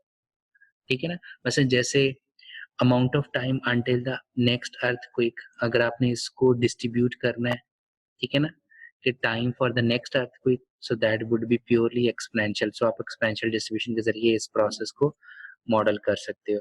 इसी तरीके से time until the new war breaks, time until the next telephone call receive, ठीक है, time until the next customer arrive. So generally ये क्या है, आपके पास एक्सपोनेंशियल डिस्ट्रीब्यूशन के अकॉर्डिंगली मॉडल किए जाते हैं। क्लियर, यस राइट, ठीक है।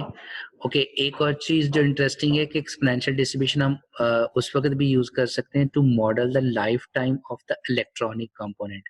मीन लाइट बल्ब की लाइफ टाइम क्या है, वो हम कह सकते हैं कि जी वो एक्सपोनेंशियली डिस्ट्रीब्यूटेड है, ठीक है, but with mean what we will discuss later. CPU का लाइफ टाइम क्या है, that can be model with the exponential distribution. But interestingly हम मैकेनिकल पार्ट्स को जो है वो एक्सपोनेंशियल डिस्ट्रीब्यूशन के अकॉर्डिंगली मॉडल नहीं कर सकते, क्यों? ये मेरा क्वेश्चन है आपसे।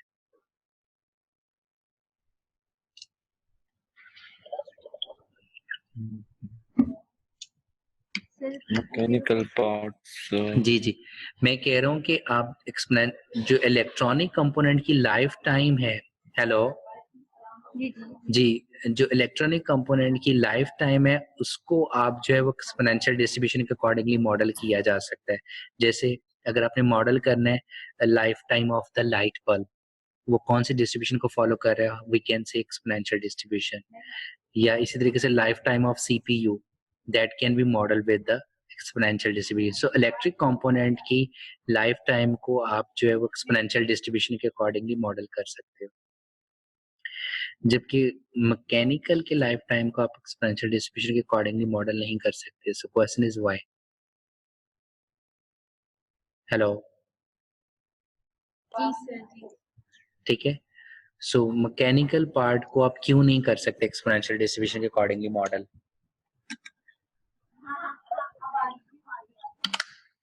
ओके, सो इसको हम इस वजह से मॉडल नहीं कर सकते, ठीक है, क्योंकि आपने देखा होगा कि मैकेनिकल पार्ट्स की जो है वो एक बकायदा प्रॉपर मेंटेनेंस होती है, ठीक है, नंबर वन। नंबर टू, अब जो मैकेनिकल पार्ट की लाइफ होती है ना, वो रेदर देन एक्सपोनेंशियल डिस्ट्रीब्यूशन, वो हमारे पास क्या होता है कि जब आप एक नया प्रोडक्ट लेते हो तो उसमें शुरू शुरू में क्या होता है कि आपके उस प्रोडक्ट की फेलियर के चांसेस जो है वो कॉन्टिन्यूसली डिक्रीज कर रहे होते हैं, ठीक है, कि शुरू-शुरू में आपके उस प्रोडक्ट के फेल होने के चांसेस कम से कम होते हैं। तो वहाँ तो से तो मे बी ये एक्सपोनेंशियल को फॉलो कर रहा हो। बट आफ्टर सर्टेन टाइम के बाद आपकी जो प्रोडक्ट की लाइफ है वो स्टेबल फॉर्म में आ जाती है। Is it? ठीक है? और देन स्टेबल हो बिल्कुल, जी। स्टेबल होने के बाद उसके बाद फिर आफ्टर सर्टेन टाइम के बाद आपकी उस प्रोडक्ट के फेलियर के चांसेस इंक्रीज़ होना शुरू हो जाते हैं। ठीक है? तो बेसिकली जो इस तरह की कर्व होती है, ये एक स्पेशल काइंड ऑफ कर्व है जिसको हम कहते हैं बाथ टब कर्व। नाम सुना है आपने बाथ टब कर्व का? जी सर। ठीक है, सो रिलायबिलिटी इंजीनियरिंग के अंदर सबसे ज्यादा आपकी बाथ टब कर्व यूज होती है। मीन आपने कंपोनेंट्स की लाइफ को जब भी स्टडी करना होता है या रिलायबिलिटी इंजीनियरिंग पर्सपेक्टिव से, सो बाथ टब कर्व वो हम आगे जाके देखेंगे। सो बेसिकली मैकेनिकल पार्ट्स की जो लाइफ होती है वो जनरली बाथ टब कर्व को फॉलो कर रही होती है। सो उसको हम एक्सपोनेंशियल डिस्ट्रीब्यूशन के अकॉर्डिंगली मॉडल नहीं कर सकते। क्लियर? यस। ठीक है, ओके। सो नेक्स्ट जो हमारे पास इंटरेस्टिंग चीज है कि एक्सपोनेंशियल डिस्ट्रीब्यूशन का जो कोफिशिएंट ऑफ वेरिएशन है वो 1 होता है। कोफिशिएंट ऑफ वेरिएशन का क्या मतलब है कि कोफिशिएंट ऑफ वेरिएशन होता है आपके पास वेरिएंस डिवाइडेड बाय मीन। ठीक है, अब ये 1 इसलिए होता है क्योंकि अभी हमने पढ़ा कि एक्सपोनेंशियल डिस्ट्रीब्यूशन का जो मीन और वेरिएंस होता है वो इक्वल होता है। सो अगर ये दोनों इक्वल है तो that mean coefficient of variation जो है that would be equal to 1। ठीक है, सो ये जरा चीजें याद रखिएगा क्योंकि ये बहुत इंपॉर्टेंट है। क्योंकि बेसिकली हम जब डाटा की बेसिस के ऊपर आइडेंटिफाई कर रहे होंगे तो हम इनकी हेल्प से ही कैलकुलेट कर रहे होंगे कि वेदर डिस्ट्रीब्यूशन एक्सपोनेंशियल है या नहीं है। Okay okay, secondly due to coefficient of variation equal to 1 mean और वेरिएंस इक्वल है, सो ये हमें साथ ही साथ ये भी इंडिकेट करता है कि एक्सपोनेंशियल डिस्ट्रीब्यूशन में हाई वेरिएबिलिटी होती है और हाई वेरिएबिलिटी की वजह से आप लाइफ के ऐसे प्रोसेसेस जिसमें प्योरली रैंडम फिनोमेना एग्जिस्ट कर रहा हो तो आप उसको एक्सपोनेंशियल डिस्ट्रीब्यूशन के अकॉर्डिंगली मॉडल कर सकते हैं। जैसे उसकी हमने एग्जांपल दी time for the next earthquake या time for the next call या time for the next customer arrive, so they are purely random. So इस वजह से हम इनको एक्सपोनेंशियल डिस्ट्रीब्यूशन के अकॉर्डिंगली जो है वो मॉडल कर सकते हैं। क्लियर?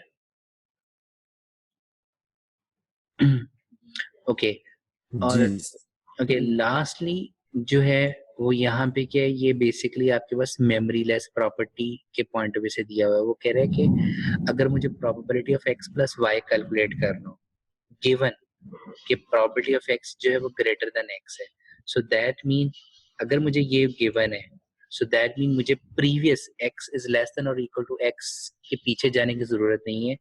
तो मैं क्या करूंगा जस्ट इसकी बेस के ऊपर मैं ये वाली प्रोबेबिलिटी कैलकुलेट कर सकता हूँ which would be equal to this. अभी ये एग्जैक्टली कैलकुलेट कैसे की जाती है ये अभी हम आगे एग्जांपल देखते हैं तो वहां से क्लियर हो जाएगा। ठीक है जी, is it clear about exponential distribution? Okay okay so अब हम इसकी एग्जांपल देख रहे हैं एक्सपोनेंशियल जी डिस्ट्रीब्यूशन की। इसमें वो कह रहे हैं कि in a large corporate computer network using a login system, तो वो जो है लॉग-इन सिस्टम जो है वो दैट इज पॉइसन प्रोसेस है। पॉइसन प्रोसेस का क्या मतलब है कि 20 लॉगिन्स हो रहे हैं per hour, that is number of logins per hour, so that is Poisson. Sir जी जी जी जी जी सर आप स्क्रीन जरा रिफ्रेश कर देंगे, वो हमें एग्जांपल नजर मुझे नहीं आया। ओके ओके ओके एक second. Thank you sir, thank you.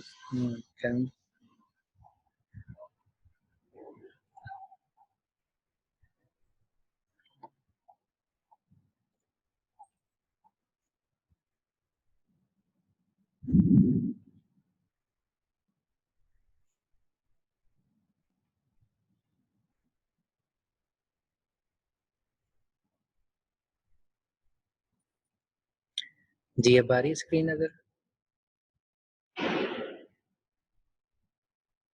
Ji sir बस होने वाली है विषय।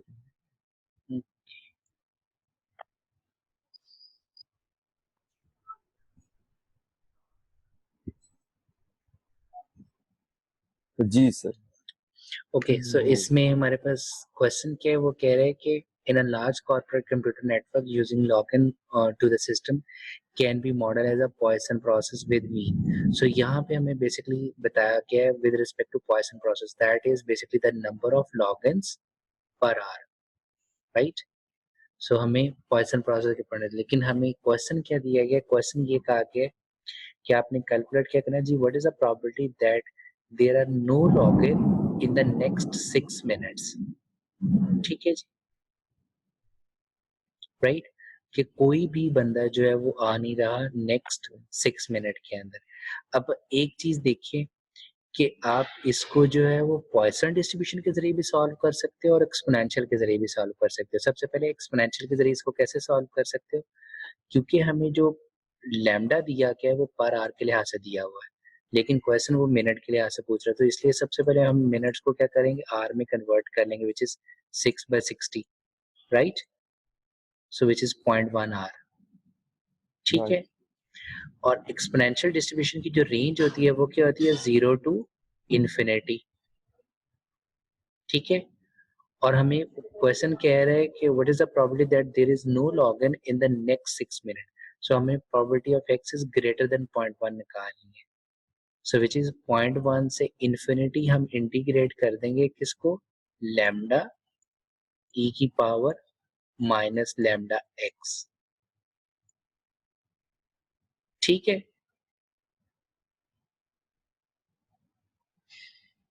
राइट। ठीक है।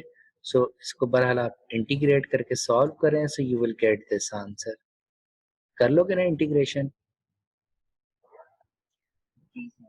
ठीक। सो जी आपके ओके ये आ जाएगा। ओके, अगर यही क्वेश्चन मैं एक्सपोनेंशियल के जरिए, यानी मुझे पॉइसन के जरिए सॉल्व करना हो तो कैसे करोगे?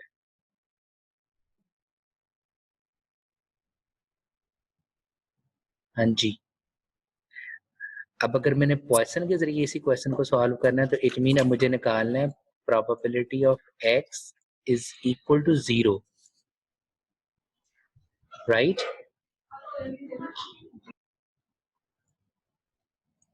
ये क्लियर है कि जी 0? जी ठीक है। क्यों किया 0? क्योंकि नो लॉग। अब मैं नंबर ऑफ लॉगन्स पॉइसन के परस्पेक्टिव से बात कर रहा हूँ, और पॉइसन का फॉर्मूला क्या होता है, e power minus lambda T, right? Lambda T power क्या होता है जी, x, lambda T power x over x का फैक्टोरियल। ठीक है। लैम्डा हमारे पास क्या, 25। ठीक है। 6 मिनट के पॉइंट ऑफ व्यू से हमने उसको आवर्स में कन्वर्ट किया, 0.5, सो इट मीन 25 मल्टीप्लाई बाय 0.1, सो वो आपका आ जाएगा lambda T. So it mean e की पावर माइनस 25, यानी कि ये आ जाएगा 2.5, और ये आ जाएगा जी 2.5 की पावर 0। ठीक है। और ये क्या आ जाएगा, यहाँ पे 0 का फैक्टोरियल। ठीक है। सो ये बाकी क्या बच गया, e की power minus 2.5 which is equal to this one, right? ठीक है। राइट। सो दैट मीन हम जो एक्सपोनेंशियल डिस्ट्रीब्यूशन का प्रॉब्लम है उसको हम पॉइसन से भी कर सकते हैं डिस्क्रीट सेंस में। यहाँ पे मैंने टाइम के सेंस में प्रोबेबिलिटी निकाल ली कॉन्टिन्यूस था, लेकिन यहाँ पे मैंने क्या निकाला, number of arrivals, number of logins के पर्सपेक्टिव से, तो पॉइसन डिस्ट्रीब्यूशन यूज कर लिया। ठीक है जी। ओके, वो कह रहे हैं कि सेम प्रॉब्लम को हम जो है वो डिस्ट्रीब्यूशन फंक्शन की हेल्प से भी सॉल्व कर सकते हैं। वो कैसे कर सकते हैं, 1 माइनस, बेसिकली आपके पास जो डिस्ट्रीब्यूशन फंक्शन होता है एक्सपोनेंशियल डिस्ट्रीब्यूशन का, वो क्या होता है, एक्सपोनेंशियल डिस्ट्रीब्यूशन का distribution function that is equal to this one, this one. ठीक है। सो अब अगर हम क्या कहते हैं कि हमने क्या किया जी, 1 माइनस, 1 माइनस, ठीक है जी, 1 माइनस ई की पावर माइनस लैम्डा टी। ठीक है। सो वो भी हमें सेम आंसर देगा। क्लियर? सो ये 1 माइनस में क्यों कह रहा हूँ, क्योंकि ये ग्रेटर है। सो इससे मतलब क्या आ जाएगा, तो हमारे पास वो 1 माइनस करके अब चीज प्रोबेबिलिटी आ जाएगी, राइट? ओके, नेक्स्ट हमारे पास क्या है, अगर हमें कहा जाए कि what is the probability that the next time until the next arrival between 2 से 3, सो 2 से 3 आवर्स है, तो इसको मिनट्स में कन्वर्ट करने के लिए डिवाइडेड बाय 60 किया तो ये आवर्स आ गए। जस्ट इनके बिटवीन आप इंटीग्रेट कर दो। तो दूसरा तरीकाकार क्या है कि आप इसके अकॉर्डिंगली आप डिस्ट्रीब्यूशन फंक्शन की वैल्यू निकालो, इसके अकॉर्डिंगली डिस्ट्रीब्यूशन फंक्शन की निकालो, और लार्जर वाले में से स्मॉलर वाले को माइनस कर दो, तो आपके पास प्रोबेबिलिटी आ जाएगी। Is it clear? Is it clear? Right.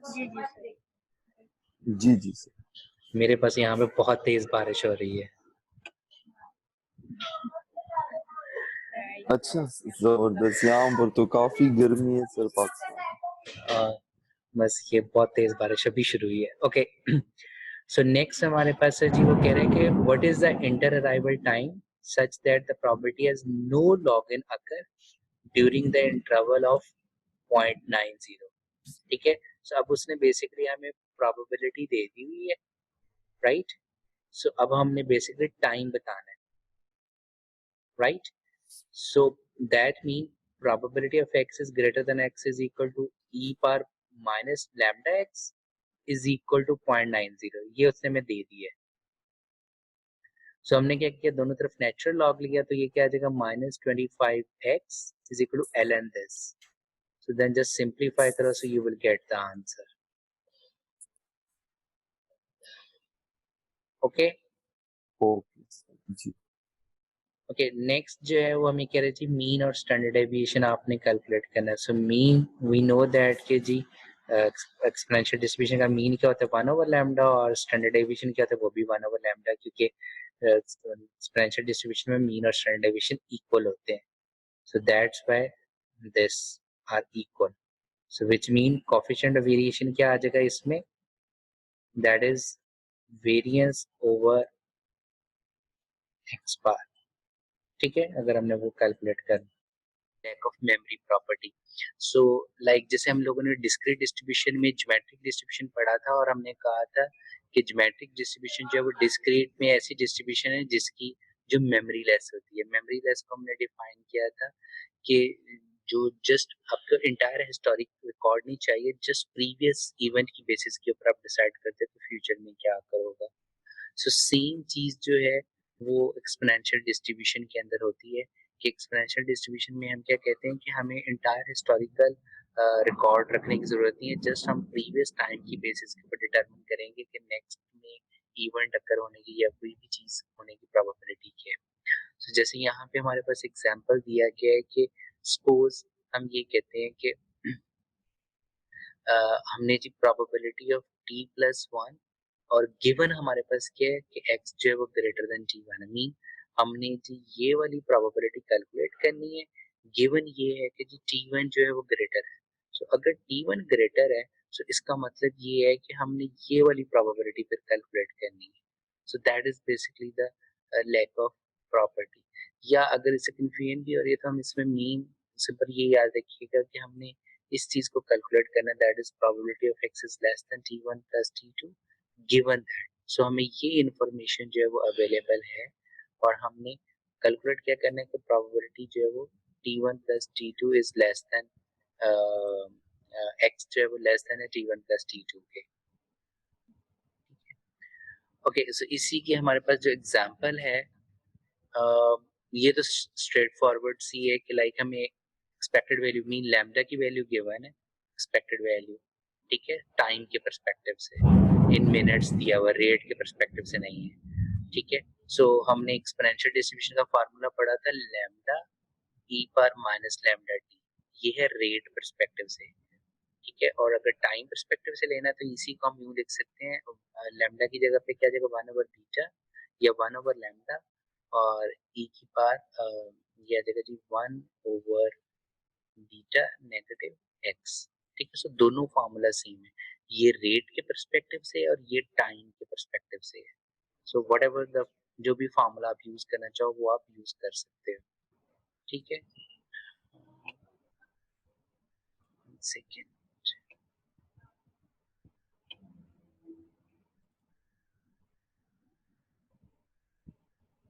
Okay, so अब हमने क्या करना है कि बेसिकली हमने निकालनी है जी probability of x is less than 30 second. So हमने लेस देन निकालना, तो सिंपली हमने उसको क्योंकि हमें पता है कि जो डिस्ट्रीब्यूशन फंक्शन है उसकी यही डेफिनेशन होती है, that is x is less than और इक्वल टू एक्स। सो आप सिंपली प्रोबेबिलिटी उससे निकालो या सिंपल डिस्ट्रीब्यूशन फंक्शन में वैल्यूज पुट कर दो। डिस्ट्रीब्यूशन फंक्शन क्या होता है, 1 माइनस ई पर माइनस लैम्डा टी या -1/बीटा इंटू टी। सो 1/बीटा हमारे पास क्या, दैट इज 1.4, और x की वैल्यू क्या 0.5। सो हमारे पास आंसर आ जाएगा according to the exponential distribution. Okay, so B part में बेसिकली वो हमें मेमोरी लेस के बारे में बता रहा है। बी पार्ट में वो क्या कह रहा है कि जी no particle has been detected in the last 3 minutes. हमने प्रोबेबिलिटी निकालनी है कि जी नेक्स्ट 30 सेकंड के अंदर, ठीक है जी, आने के चांसेस क्या हैं। सो that mean probability of x is less then 3.5 हमने निकालना है गिवन कि 3 मिनट गुजर चुके हैं। सो दैट मीन हमने क्या निकालना है कि व्हाट इज द प्रोबेबिलिटी कि जो नेक्स्ट पार्टिकल डिटेक्ट होगा that is between 3rd minute to 3.5 minute, ठीक है। और ये हमें गिवन है कि जी प्रोबेबिलिटी 3 मिनट गुजर चुके हैं। सो सिंपली आप क्या करोगे कि इसके ऊपर इस पॉइंट पर डिस्ट्रीब्यूशन फंक्शन की वैल्यू क्या है, इस पॉइंट पर डिस्ट्रीब्यूशन फंक्शन की वैल्यू क्या है, और इस पॉइंट के ऊपर आपका जो डिस्ट्रीब्यूशन फंक्शन है वो क्या है। So 1 minus this, so you will get the answer. Is it clear? जी जी सर, मुझे पूछना था वो जो आपने कहा था कि रेट पे तो ठीक है वो लगता है, लेकिन अगर टाइम पे हो तो बीटा वाला फार्मूला लगाएंगे? नहीं नहीं, रेट होगा, rate mean that is unit पर टाइम, ठीक है। जब यूनिट पर टाइम है तो अब ये वाला फार्मूला लगाओगे इस शक्ल में, जी जी बिल्कुल सर, ठीक है। हाँ, और अगर टाइम के परस्पेक्टिव से है तो बीटा लाजमी नहीं है, बीटा आप लैम्डा ही लिख सकते हो, फिर आप लिखोगे 1 over lambda e power minus lambda x, जी जी ठीक है ना। Sorry, 1 over lambda, 1 over lambda e पर minus 1 over lambda x. So ये टाइम परस्पेक्टिव से आ जाएगा। ठीक हो गया सर। वो बीटा आपने कहा था मुझे पता चल हाँ नहीं नहीं, वो जस्ट नोटेशन है, इट्स अप टू यू कि कौन से नोटेशन यूज करना चाह रहे हैं। क्लियर? ओके, अब हम आ रहे हैं जी, नेक्स्ट है अरलैंग डिस्ट्रीब्यूशन एंड गैमा डिस्ट्रीब्यूशन। हमारे पास जब हम पढ़ रहे थे ज्योमेट्रिक डिस्क्रीट डिस्ट्रीब्यूशन, तो हमने कहा था जब ज्योमेट्रिक डिस्ट्रीब्यूशन जो है वो फर्स्ट अराइवल के that is number of failures until the first success, so that means arrival of the first occurrence या फर्स्ट सक्सेस को ज्योमेट्रिक डिस्ट्रीब्यूशन करता था distribute.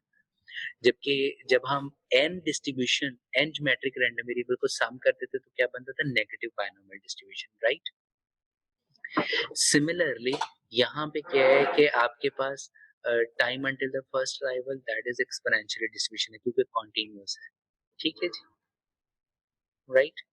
Okay so hello, yes okay okay, so अब हमारे पास क्या है कि जो कॉन्टिन्यूअस में जब हम आ जाएंगे तो कॉन्टिन्यूअस में क्योंकि time until the first arrival क्या है, एक्सपोनेंशियली डिस्ट्रीब्यूटेड है, लेकिन अब अगर हम के इंडिपेंडेंट अराइवल्स को सम कर दें, मीन के इंडिपेंडेंट अगर एक्सपोनेंशियली रैंडम वेरिएबल्स हैं और उनको हम सम कर दें तो वो क्या बन जाता है, अरलैंग एज वेल एज गामा। अब डिफरेंस क्या है, यानी कि वो अरलैंग डिस्ट्रीब्यूशन भी है, वो गैमा भी है। दोनों की अगर आप शेप देखो तो दोनों की शेप भी सेम है, ठीक है। This is Erlang, this is gamma, ठीक है। अरलैंग डिस्ट्रीब्यूशन हम उस वक्त यूज करते हैं जब उसका जो शेप पैरामीटर होता है के, जो कि यहाँ पे गैमा में हमने अल्फा से रिप्रेजेंट किया हुआ है, अलबत्ता के और अल्फा ऑलमोस्ट बेसिकली एक ही चीज है। सो बेसिकली क्या है कि ये जो शेप पैरामीटर के है या यहाँ पे शेप पैरामीटर अल्फा है, अरलैंग में क्या होता है ये हमेशा इंटीजर फॉर्म में होगा, जबकि गामा में ये फ्रैक्शनल पार्ट में हो सकता है, ठीक है। स्पेशली अरलैंग डिस्ट्रीब्यूशन हम उस वक्त यूज करते हैं जब आपके पास नंबर की सेंस के अंदर आ रहा होगा, ठीक है, जैसे हमने क्यूइंग थ्योरी के पर्सपेक्टिव में पढ़ा था, लेकिन वहां पे लोग गामा भी यूज कर लेते हैं। So it's up to you कि आपने ये याद रखना है कि अगर हम अरलैंग यूज कर रहे हैं तो इट मीन जो शेप पैरामीटर की वैल्यू है वो इंटीजर मल्टीपल होगी, आई मीन इंटीजरली मूव कर रही होगी, जबकि गैमा के अंदर वो फ्रैक्शन हो सकती है, ठीक है। So the main point is Erlang as well as gamma distribution के अंदर क्या होता है कि ये है के इंडिपेंडेंट एक्सपोनेंशियल रैंडम वेरिएबल्स का जो सम है वो हमारी अरलैंग और गामा डिस्ट्रीब्यूशन को डेवलप करता है। इवन अगर आप इनके दोनों का फॉर्मूला देखो, अपर पार्ट दोनों का सेम है, ठीक है, लेकिन बॉटम पार्ट के अंदर सिर्फ चेंज है, ठीक है। वो इस वजह से है क्योंकि यहाँ पे आपका के जो है वो इंटीजर है, इसलिए आप फैक्टोरियल यूज कर रहे हो, लेकिन यहाँ पे क्या है अल्फा, क्योंकि अब इंटीजर नहीं रहा कॉन्टिन्यूअस है, तो इसलिए हमें गैमा फंक्शन यूज करना पड़ता है, और जबकि ये गैमा किसके बराबर है, that is equal to this, right, but ठीक है। ऊपर फॉर्मूला आपका बिल्कुल सेम है, ओके। सो इसके अंदर हमारे पास क्या है कि अब वो फर्दर हमें कहता है कि के की value as well as alpha की वैल्यू जितनी आपकी बढ़ती चली जाएगी उतनी इसकी जो हम्प है वो आपकी टू मूव जो है वो राइट साइड की तरफ मूव होती चली जाएगी। ठीक है, अल्फा और के जैसे जैसे आपका इंक्रीज होता चला जाएगा आपकी ये जो पीक है वो बेसिकली राइट साइड की तरफ मूव होती चली जाएगी और इसकी जो रेंज होती है दोनों की ऑब्वियसली 0 to infinity होगी क्योंकि एक्सपोनेंशियल फैमिली से है। ठीक है, Right. Okay, few more points about Erlang and gamma and exponential distribution. जैसे हमने कहा कि Erlang distribution as well as gamma distribution जो है वो जनरलाइज फॉर्म है एक्सपोनेंशियल डिस्ट्रीब्यूशन की। Generalize form mean n independent variables को सम अप कर लिया जाए, राइट। सो एक्सपोनेंशियल डिस्ट्रीब्यूशन क्या है? फर्स्ट इवेंट की occurrence time between the first event exponentially है, टाइम बिटवीन द rth या kth इवेंट दैट इज एरलाइन जो हमने कहा। आगे वो कह रहे हैं कि अगर r जो है वो इंटीजर है तो एरलाइन है, अगर इंटीजर नहीं है तो वो गामा है। And lastly, the most important point कि exponential as well as Erlang and gamma जो है वो जनरलाइज फॉर्म है किसके? पॉइसन प्रोसेस के। पॉइसन प्रोसेस याद है ना जो हमने पढ़ा था? ठीक है, Right. ठीक है। सो पॉइसन प्रोसेस की कॉन्टिन्यूस फॉर्म है। ओके, और इन द एंड हमें हमारे पास जो है वो मीन और वेरिएंस के फॉर्मूला हमारे पास गिवन है अकॉर्डिंग टू गामा डिस्ट्रीब्यूशन। ठीक है, क्योंकि वी नो दैट कि जो आपके पास एक्सपोनेंशियल डिस्ट्रीब्यूशन है उसमें उसका मीन क्या होता है? 1/लैम्डा। ठीक है, और वेरिएंस क्या होता है? 1/लैम्डा स्क्वायर, राइट। अब क्योंकि Erlang as well as gamma के अंदर हम क्या करते हैं? एन या R independent random variables, it mean हमने इनको सम करना है तो 1 की जगह पे अब क्या आ जाएगा? आर, और यहाँ पे 1 की जगह पे क्या आ जाएगा? आर। ठीक है, अर्लिंग का फॉर्मूला भी यही होगा और एक्सपोनेंशियल गामा का भी यही होगा, राइट। Right, sir. ओके, ये क्वेश्चन है, क्विकली इसको जरा देखिएगा। अगेन देखिए, पॉइसन की जनरलाइज फॉर्म है तो पॉइसन प्रोसेस का मीन हमें दिया हुआ है दैट इज 2r पर स्लाइड, राइट। सो अब वो हमें क्या कह रहा है? What is the probability that 10 slides require more than 25 hours. अब वो ये नहीं कह रहा कि फर्स्ट स्लाइड, वो कह रहा है 10 slides require more than 25 hours. So इस क्वेश्चन को हम अगेन एक्सपोनेंशियल डिस्ट्रीब्यूशन से भी, सॉरी, पॉइसन डिस्ट्रीब्यूशन से भी सॉल्व कर सकते हैं और गामा से भी सॉल्व कर सकते हैं। सबसे पहले how we can solve it through Poisson distribution. तो वो कह रहे हैं कि अगर ये पॉइसन है सो दैट मीन हमने क्या करना है? That is number 10 slides require more than 25 hours. So it mean 10 slides का क्या मतलब है कि दैट मीन लेस देन और इक्वल टू 9। क्यों? क्योंकि पॉइसन डिस्ट्रीब्यूशन की जो रेंज होती है वो 0 टू आपके पास इन्फिनिटी होती है। सो हमने प्रोबेबिलिटी क्या निकालनी है? n इज लेस देन और इक्वल टू 9। ठीक है, जबकि n जो है वो रिप्रेजेंट कर रहा है यहाँ पे नंबर ऑफ स्लाइड्स को। और हमारे पास क्या है कि अब हमने लैम्डा टी कैलकुलेट करना है। सो लैम्डा टी कैलकुलेट करने के लिए हम क्या करेंगे? आपके पास क्या है? 25 आवर्स है, जबकि यहाँ पे ये जो रेट की शक्ल में दिया गया है। सो यहाँ पे हम क्या करेंगे? इसको 1/2, क्योंकि हमने यहाँ पे टाइम है तो इसको रेट में कन्वर्ट करने के लिए हम क्या कर लेंगे? इसको 1/2 हो जाएगा, 1/2 स्लाइड पर आवर। और लैम्डा टी निकालने के लिए क्या आ जाएगा? Lambda into T which is equal to 1/2 into 25। So हमारे पास आ जाएगा 12.5। सो यहाँ से हमने क्या कर लेना है? 0, 1, 2, 3 अप टू 9 सबकी प्रॉपर्टी निकाल के उसको सम करो, so that is according to the Poisson distribution.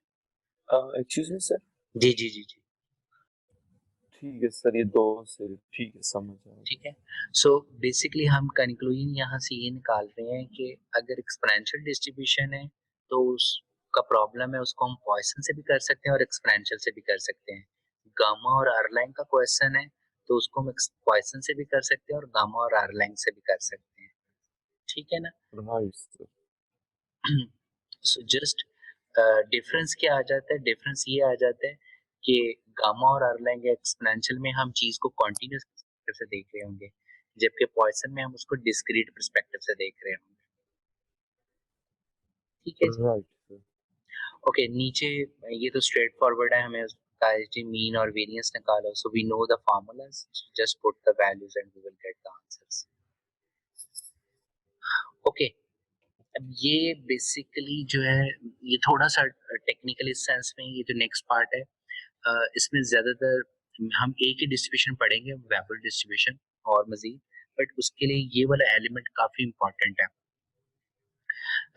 इसके अंदर ज्यादातर ये वाला जो पोर्शन है ये रिलायबिलिटी इंजीनियरिंग के अंदर बहुत ज्यादा यूज किया जाता है, ठीक है। मसलन कुछ सिनेरियोज या कुछ ऐसी हमारे पास सिचुएशंस आ जाती हैं जिसको हम कह लें कि हम नॉर्मली जो है वो एवरी डिस्ट्रीब्यूशन के जरिए सॉल्व नहीं कर सकते, लाइक वो एक्सपोनेंशियली डिस्ट्रीब्यूटेड है या वो नॉर्मली है, तो हमारे पास एक खास किस्म की कर्व बनती है। वो कर्व क्या होती है वो अभी हम डिस्कस करते हैं, बट हम बेसिकली मॉडल करना चाहते हैं फेलियर रेट या हैजर्ड रेट को, ठीक है जी, ठीक है। सो इसके अंदर हमारे पास दो एग्जांपल्स जो है इनको जरा पढ़िएगा। नंबर वन एग्जांपल बेसिकली वो ये कह रहा है कि हमारे पास गाड़ी के दो टायर हैं, ठीक है। सपोज उनमें से एक को जो है वो हम रिप्लेस कर देते हैं, दो फ्रंट टायर्स में से एक को हम रिप्लेस कर देते हैं, ठीक है। अब वो कहते हैं we can not predict exactly when either will be replaced next, ठीक है। मसलन जो हमने एक दो टायर थे, एक हमने दोनों चले हुए थे, एक हमने जो है वो रिप्लेस करके नया लगा दिया और एक पुराना ही है, लेकिन हम ये बता नहीं सकते कि कौन सा टायर जो है वो पहले खराब हो जाएगा, ठीक है। बट हम ये जरूर कह सकते हैं कि जो नए वाला है वो ज्यादा लॉन्गर टाइम तक चल सकता है, ऐसे ही है ना, राइट सर, बिल्कुल। ठीक है ना। तो ऐसी सिचुएशन को हम क्या कहते हैं, इंक्रीजिंग फेलियर रेट डिस्ट्रीब्यूशन, ठीक है, right sir. right? So the longer a tire has been is used, the greater the probability that it will be need to be replaced shortly, right? So ऐसे situation को हम क्या कहते हैं, increasing failure rate. Okay, second situation ये है कि अब वो कहते हैं कि सपोज आप एक कॉल आपकी कॉल सेंटर में कॉल करते हो, ठीक है। जितनी देर वो आपको डिले करवाता है कॉल के अंदर, मीन उसको आंसर करने में, इट मीन उतने ही लेस चांसेस है you will get the reply, right sir. Right. So ऐसे सिचुएशन को हम क्या कहते हैं, decreasing failure rate, right, right sir. ठीक है। सो इट मीन एक साइड पे हमारा जो है वो इंक्रीजिंग ट्रेंड है और दूसरी साइड पे डिक्रीजिंग ट्रेंड है, ठीक है।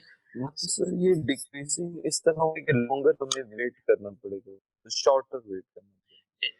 बिल्कुल बिल्कुल शॉर्टर वेट करना पड़ेगा, तो इसका मतलब है उसके फेलियर के चांसेस बढ़ते चले जाएंगे, जबकि डिक्रीजिंग का मतलब ये है कि लॉन्गर वेट करना पड़ेगा, ठीक है।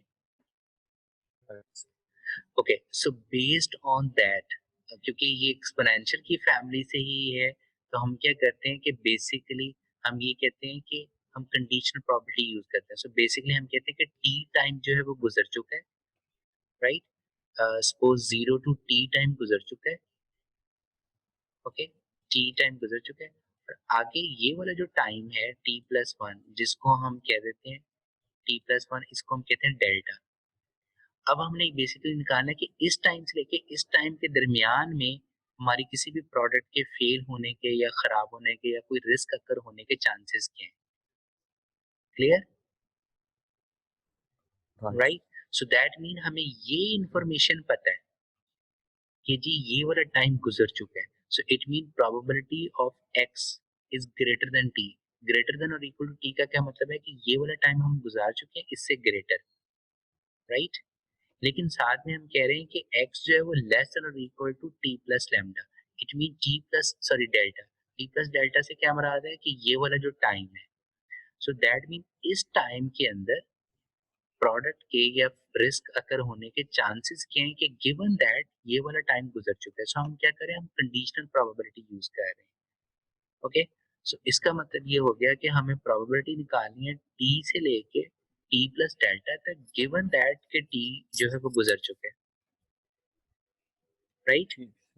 सो अब t प्लस डेल्टा को हम कैसे कर सकते हैं, सो दैट मीन ये जो है that is basically the probability of t, mean whatever the distribution is probability उसका फंक्शन इनटू वो टाइम कितना है, चेंज कितना है, डेल्टा, ठीक है, divided by according to distribution of function property, या डेफिनेशन हमें ये पता है कि probability of x is greater than और इक्वल टू टी किसके बराबर होगा, 1 minus f of t, right.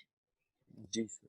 So that mean basically ये जो चीज हमारे पास रिजल्टिंग आई है, this is the classical formula for failure rate या हैजर्ड रेट। आप रिलायबिलिटी इंजीनियरिंग में या जब भी प्रोडक्ट फेलियर के बारे में स्टडी कर रहे होगे तो आपको ये बड़ा फार्मूला डिफरेंट शक्ल्स के अंदर नजर आ रहा होगा। सो बेसिक फार्मूला यही रहेगा, राइट। ओके, सो बेसिकली इसकी इंटरप्रिटेशन क्या है जो कि अभी हम एक्सप्लेन भी करके हटे हैं, कि आपके उस डेल्टा के अंदर जो है किसी भी प्रोडक्ट के फेल होने के चांसेस क्या हैं, वो हम कैलकुलेट कर रहे होते हैं थ्रू दिस फेलियर रेट के पर्सपेक्टिव से।